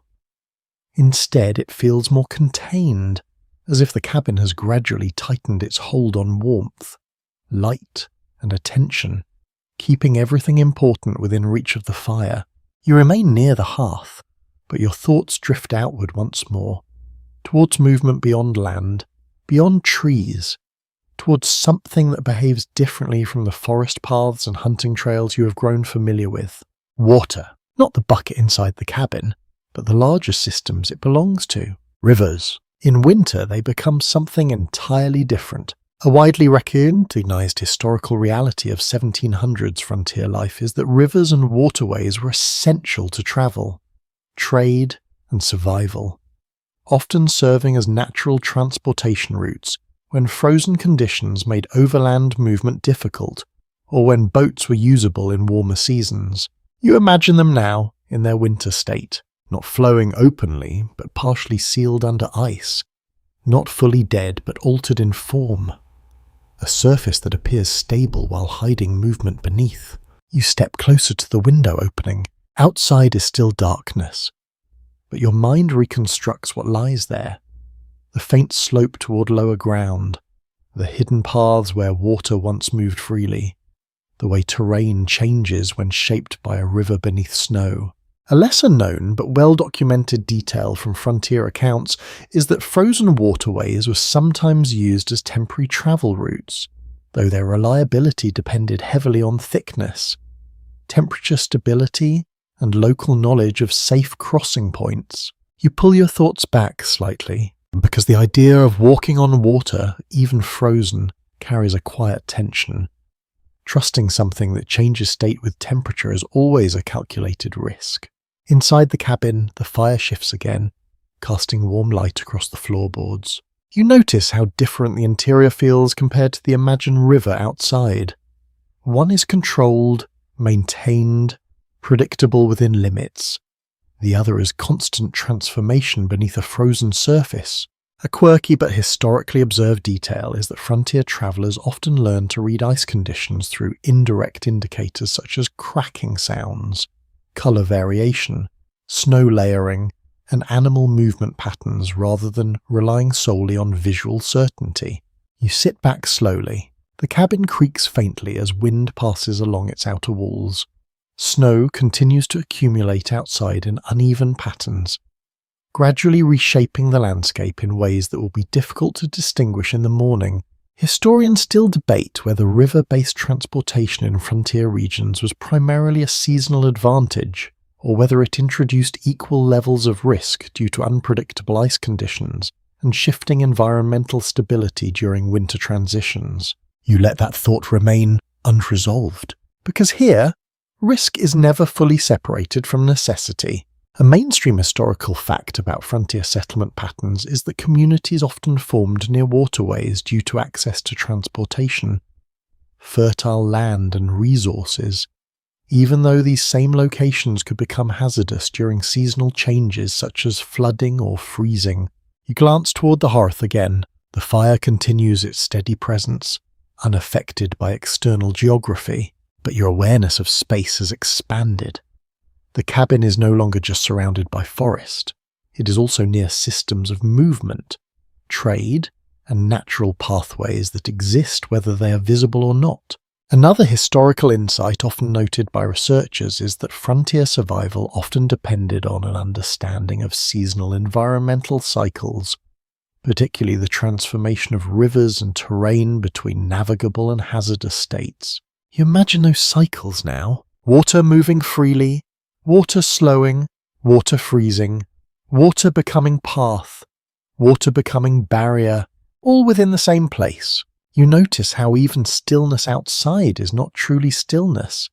It is simply a different phase of motion. The fire pops softly again. Inside, everything remains warm, stable, and contained. Outside, everything is shifting between states without pause. And you begin to understand something subtle about this landscape. On the frontier, even the ground beneath movement is never fixed. It only changes form depending on the season. The fire is dimmed into a careful, economical glow again, the kind that suggests the cabin is now fully committed to stretching warmth through the remaining hours of night. Shadows return to the corners, not sharply, but gradually, like they are remembering how to exist. You sit near the hearth, and there is a different feeling in the air now. Not urgency, not fear, but something more subtle, a quiet thinning, a sense that reserves, both physical and emotional, are being measured more closely than before. Winter always arrives at this point. Not at the beginning, not in the middle, but when endurance starts to feel slightly heavier than it did before. A widely recognised historical reality of 1700s frontier life is that late winter periods were often the most physically and mentally demanding. As stored food supplies decreased, energy reserves weakened, and communities relied heavily on remaining provisions and careful rationing to avoid shortages before spring. You notice how carefully everything is now being used. Firewood is added in smaller amounts, food portions more deliberate. Movement inside the cabin becomes slightly more conservative, as if energy itself has become something to preserve. Outside, the winter's softened, but snow still exists in slow, persistent accumulation. The world is not changing dramatically, but it is becoming more difficult to read in terms of time. You sit quietly for a moment and realize how awareness of scarcity changes perception. Even the fire looks different and is not weaker but more valuable. A lesser known but well-documented detail from frontier accounts is that households often reported increased psychological strain during late winter periods when food stores ran low, leading to heightened awareness of consumption patterns and more careful resource management behaviours. You glance toward the storage corner again. It feels closer now. Even though it has not moved, everything stored there carries more weight in thought than in physical presence. The silence in the cabin feels denser as well. Not uncomfortable, but concentrated, like the space itself is becoming more attentive. A quirky but historically observed detail is that frontier families sometimes described late winter as a time when ordinary objects began to feel measured, meaning every tool, ingredient, or resource was mentally tracked more closely due to increased awareness of depletion risk. You shift slightly on the bench. The fire gives a soft crack, then settles. The sound feels more significant than it would in earlier seasons. Small changes carry more meaning now. Historians still debate whether the psychological intensity of late winter survival was primarily driven by actual resource scarcity, or whether it was amplified by isolation, monotony, and lack of external variation in daily experience. You let that question remain unanswered, because here, perception and reality overlap too closely to separate cleanly. A mainstream historical fact about frontier subsistence cycles is that many settlements experienced a predictable lean period in late winter or early spring, when stored food supplies were at their lowest and reliance on careful rationing and supplementary hunting or trapping became critical for survival. You notice how that idea fits the current atmosphere, not as crisis, but as quiet awareness. Someone inside the cabin adjusts position in sleep. The movement is small, but it feels more noticeable than it would in a fuller, noisier environment in reduced conditions. Everything becomes clearer. Another historical insight often noted by researchers is that frontier households frequently adapted their consumption habits seasonally, developing internal routines that help distribute limited resources more evenly across time until new supplies could be secured. You look toward the fire again. It holds steady, but now it feels like something actively being managed rather than simply existing. Each log is part of a longer calculation. Outside, the forest remains unchanged, but your awareness of it is different now. It is no longer just landscape. It is a backdrop against which resources must be stretched until conditions improve. You exhale slowly. The cabin feels stable, but not abundant, warm, but not generous, safe, but only through careful balance. And you begin to understand something essential about this point in winter. On the frontier, the hardest days are not always the coldest. They are the ones when everything you have left becomes visible. The cabin feels different when morning begins to return. Not because anything changes suddenly, but because the darkness begins to loosen its grip in the smallest possible increments. The fire is still present, still necessary, but now it shares its space with a faint suggestion of light from beyond the walls. You notice it first in the way shadows lose their depth. They do not disappear, they simply become less absolute. Inside, the air carries a heavier feeling than earlier in the night. Not discomfort exactly, but the residue of long hours spent maintaining warmth, awareness, and restraint. Everything feels slightly used, slightly stretched. A widely recognized historical reality of 1700s frontier life is that late winter and early spring transitions often brought periods of environmental instability, including thawing cycles, refreezing nights, and shifting ground conditions that affected travel, shelter integrity, and food storage. You stand slowly and feel how the floor responds differently under your weight than it did during deeper night. Subtle changes in temperature have altered the structure of the cabin itself. Wood contracts and expands quietly in response to shifting cold. The fire is lower now, more controlled, as if it has also adjusted to the idea of approaching change. You step closer to the doorway. Outside light is present, but weak. Not sunlight in a strong sense, but a pale diffusion that makes the snow surface appear less absolute than before. Edges are less sharp. Distance feels slightly more readable. You open the door carefully. Cold air enters, but it carries a different quality than earlier. Less dense, more variable. It is still winter, but not fully locked winter. Something is beginning to shift. A lesser-known but well-documented detail from frontier accounts is that transitional winter periods often created unpredictable ground conditions, where melting snow layers concealed mud, ice patches, and unstable footing beneath surfaces that appeared visually stable. You step outside. The ground feels different underfoot. Not softer, not harder, but inconsistent. The landscape is entering a phase where it no longer behaves uniformly. You move a few steps from the cabin and look outward. The forest still stands in silence, but its texture has changed slightly. Snow clings differently to branches. Light reflects unevenly across surfaces that were previously uniform. A quirky but historically observed detail is that frontier settlers often described late winter landscapes as visually deceptive, noting that the same terrain could appear stable while hiding significant changes in ground stability and travel safety beneath surface snow layers. You pause for a moment. The air feels less absolute now. Not warmer in a meaningful sense, but less rigid, as if winter is no longer fully enforcing its earlier consistency. Historians still debate whether the most dangerous phase of frontier winter survival occurred during the deepest cold or during transitional periods, when melting and freezing cycles created unpredictable environmental hazards. You begin to understand why that question matters, because certainty is what changes here first. A mainstream historical fact about rural frontier environments is that seasonal transitions often required increased vigilance due to shifting conditions affecting transportation routes, food preservation stability, and structural integrity of shelters and storage spaces.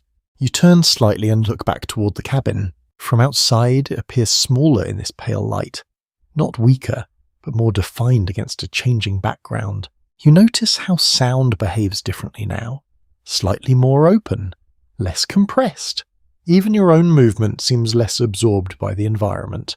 Another historical insight often noted by researchers is that frontier communities frequently treated late winter transitions as critical monitoring periods, requiring careful observation of weather, terrain, and resource conditions to anticipate both risks and opportunities for the coming season. You take a slow breath. The air feels like it is no longer entirely one thing. It carries variation within it. Temperature shifts, subtle movement, a sense of transition rather than stasis. You walk a short distance along the edge of the clearing. Snow here is uneven, showing signs of gradual change rather than uniform accumulation. Some areas remain firm, others show early softening. You understand now that survival here is not only about enduring extremes, it is also about recognizing when extremes begin to loosen, because that is when mistakes become easiest. And when opportunity begins to return, you turn back towards the cabin. Inside waits warmth, shelter, and continuation. Outside waits change that is still uncertain in shape. And between them, you realize something simple but important. On the frontier, winter does not end suddenly. It loosens first, one fragile layer at a time. The door closes behind you with a soft weight, and the cabin returns you to its contained warmth. The contrast is immediate but no longer shocking. By now, your body understands the cycle well enough to move between cold and heat without surprise. Only adjustment. Inside, everything feels slightly changed after your brief step into the outside world. Not different in structure, but in perception. The cabin feels more real again, as if seeing the landscape outside has sharpened your awareness of what this small space actually represents. A place of accumulated effort, a place of managed survival. You sit near the hearth and let your hands warm slowly. The fire is steady, but it no longer dominates the room the way it did during deeper night. There is a faint sense of transition lingering in the air, as if the cabin itself recognizes that the season is shifting its behavior. A widely recognized historical reality of 1700s frontier life is that survival outcomes were rarely determined by a single factor, but rather by a combination of environmental conditions, resource availability, accumulated skills, and timing of seasonal transitions. You think about that carefully, because nothing here has been simple. Not food, not fire, not travel, not illness, not shelter. Every element has depended on multiple overlapping conditions working just long enough to avoid failure. You glance around the cabin. Nothing is wasted, but nothing is effortless either. Every object carries traces of use, repair, adaptation, and repetition. The walls themselves feel like a record of continuous maintenance rather than a finished structure. A lesser-known but well-documented detail from frontier accounts is that long-term survival in isolated settlements often depended more on consistency of small, daily actions than on rare moments of exceptional effort or luck. You understand that now in a way that feels less theoretical and more physical. It is in the repetition. The fire is adjusted again, not because it is failing, but because maintenance is constant. Someone checks stored items once more, not out of panic, but habit. The cabin continues its internal cycle of correction and continuation. A quirky but historically observed detail is that frontier settlers often describe their lives not in dramatic events, but in sequences of repeated tasks that define the rhythm of existence, such as gathering fuel, preparing food, repairing tools, and monitoring weather conditions. You sit back slightly and let the idea settle. There is no single defining moment that explains survival here. There is only accumulation. Small decisions layered over time until they form stability. Historians still debate whether frontier endurance should be interpreted primarily as a product of individual resilience, or as the outcome of collective adaptation to environmental constraints over extended periods of settlement history. You do not try to resolve it, because inside this cabin, the answer is not abstract. It is visible in every repeated motion, every maintained object, every shared task. A mainstream historical fact about frontier survival systems is that long-term settlement stability depended heavily on adaptability, including the ability to adjust routines, resource usage, and labor distribution in response to changing environmental conditions. You notice how that adaptability appears here not as strategy, but as habit. Nothing is announced, everything is adjusted. The fire crackles softly, then settles again. Outside, the forest remains present but less dominant in perception now. It is no longer the only force shaping awareness. It is one layer among several, part of a larger system that includes shelter, memory, labor, and time. Another historical insight often noted by researchers is that frontier communities frequently developed survival patterns that were iterative rather than linear, meaning that improvement came through repeated cycles of adjustment rather than single transformative events. You think about how that feels, not progress in a straight line, but survival as return, as repetition refined over time. You look toward the sleeping area briefly. Rest is part of the same system, not escape from it. just another phase within it. You realize something simple forming underneath all of this. Survival here is not defined by moments of crisis or victory. It is defined by everything that happens between them. The small corrections, the repeated actions, the quiet decisions that keep the system from breaking. And as the fire holds steady beside you, you understand that nothing about this life is built on intensity alone.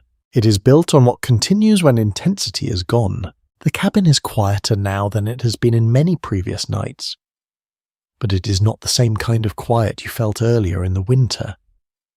This one feels lighter at the edges, less compressed, as if something in the air has begun to loosen its grip. The fire still burns, but it no longer feels like it is defending the room against an overwhelming outside force. Instead, it feels like it is simply accompanying the night until it ends. You sit close to it and notice how your awareness of time has changed. Not in hours or minutes, but in texture. Something in the season has shifted. A widely recognized historical reality of 1700s frontier life is that the transition from deep winter to early spring was gradual and often unpredictable. With alternating periods of thaw and cold that required constant adaptation in travel, labor, and resource management. You think back over everything that has led to this moment. The firewood carried in endless repetition, the water fetched from frozen edges of streams, the food measured carefully through diminishing stores, the tools repaired again and again until they became extensions of use rather than objects, the night spent listening, waiting, adjusting, maintaining. None of it exists as a single defining event. It exists as accumulation. A lesser-known but well-documented detail from frontier accounts is that survival over long winters was often attributed less to singular acts of strength and more to the consistency of repeated small actions that prevented breakdown across multiple systems at once. You look around the cabin one final time in this sequence of nights. Everything here carries evidence of endurance. Not triumph, not victory, just continuation under pressure. The walls hold because they were maintained. The fire survives because it was fed. The people remain because countless small decisions prevented collapse.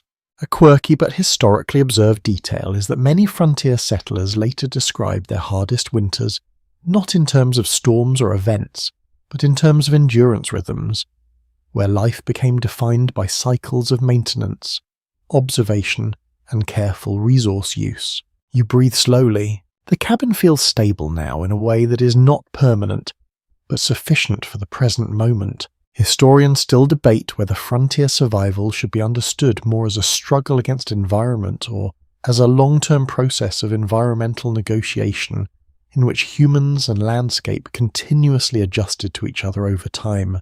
You let that thought settle without trying to finalize it, because nothing here feels final. Even the fire is not final. It shifts, lowers, strengthens again. It continues because it is maintained, not because it is guaranteed.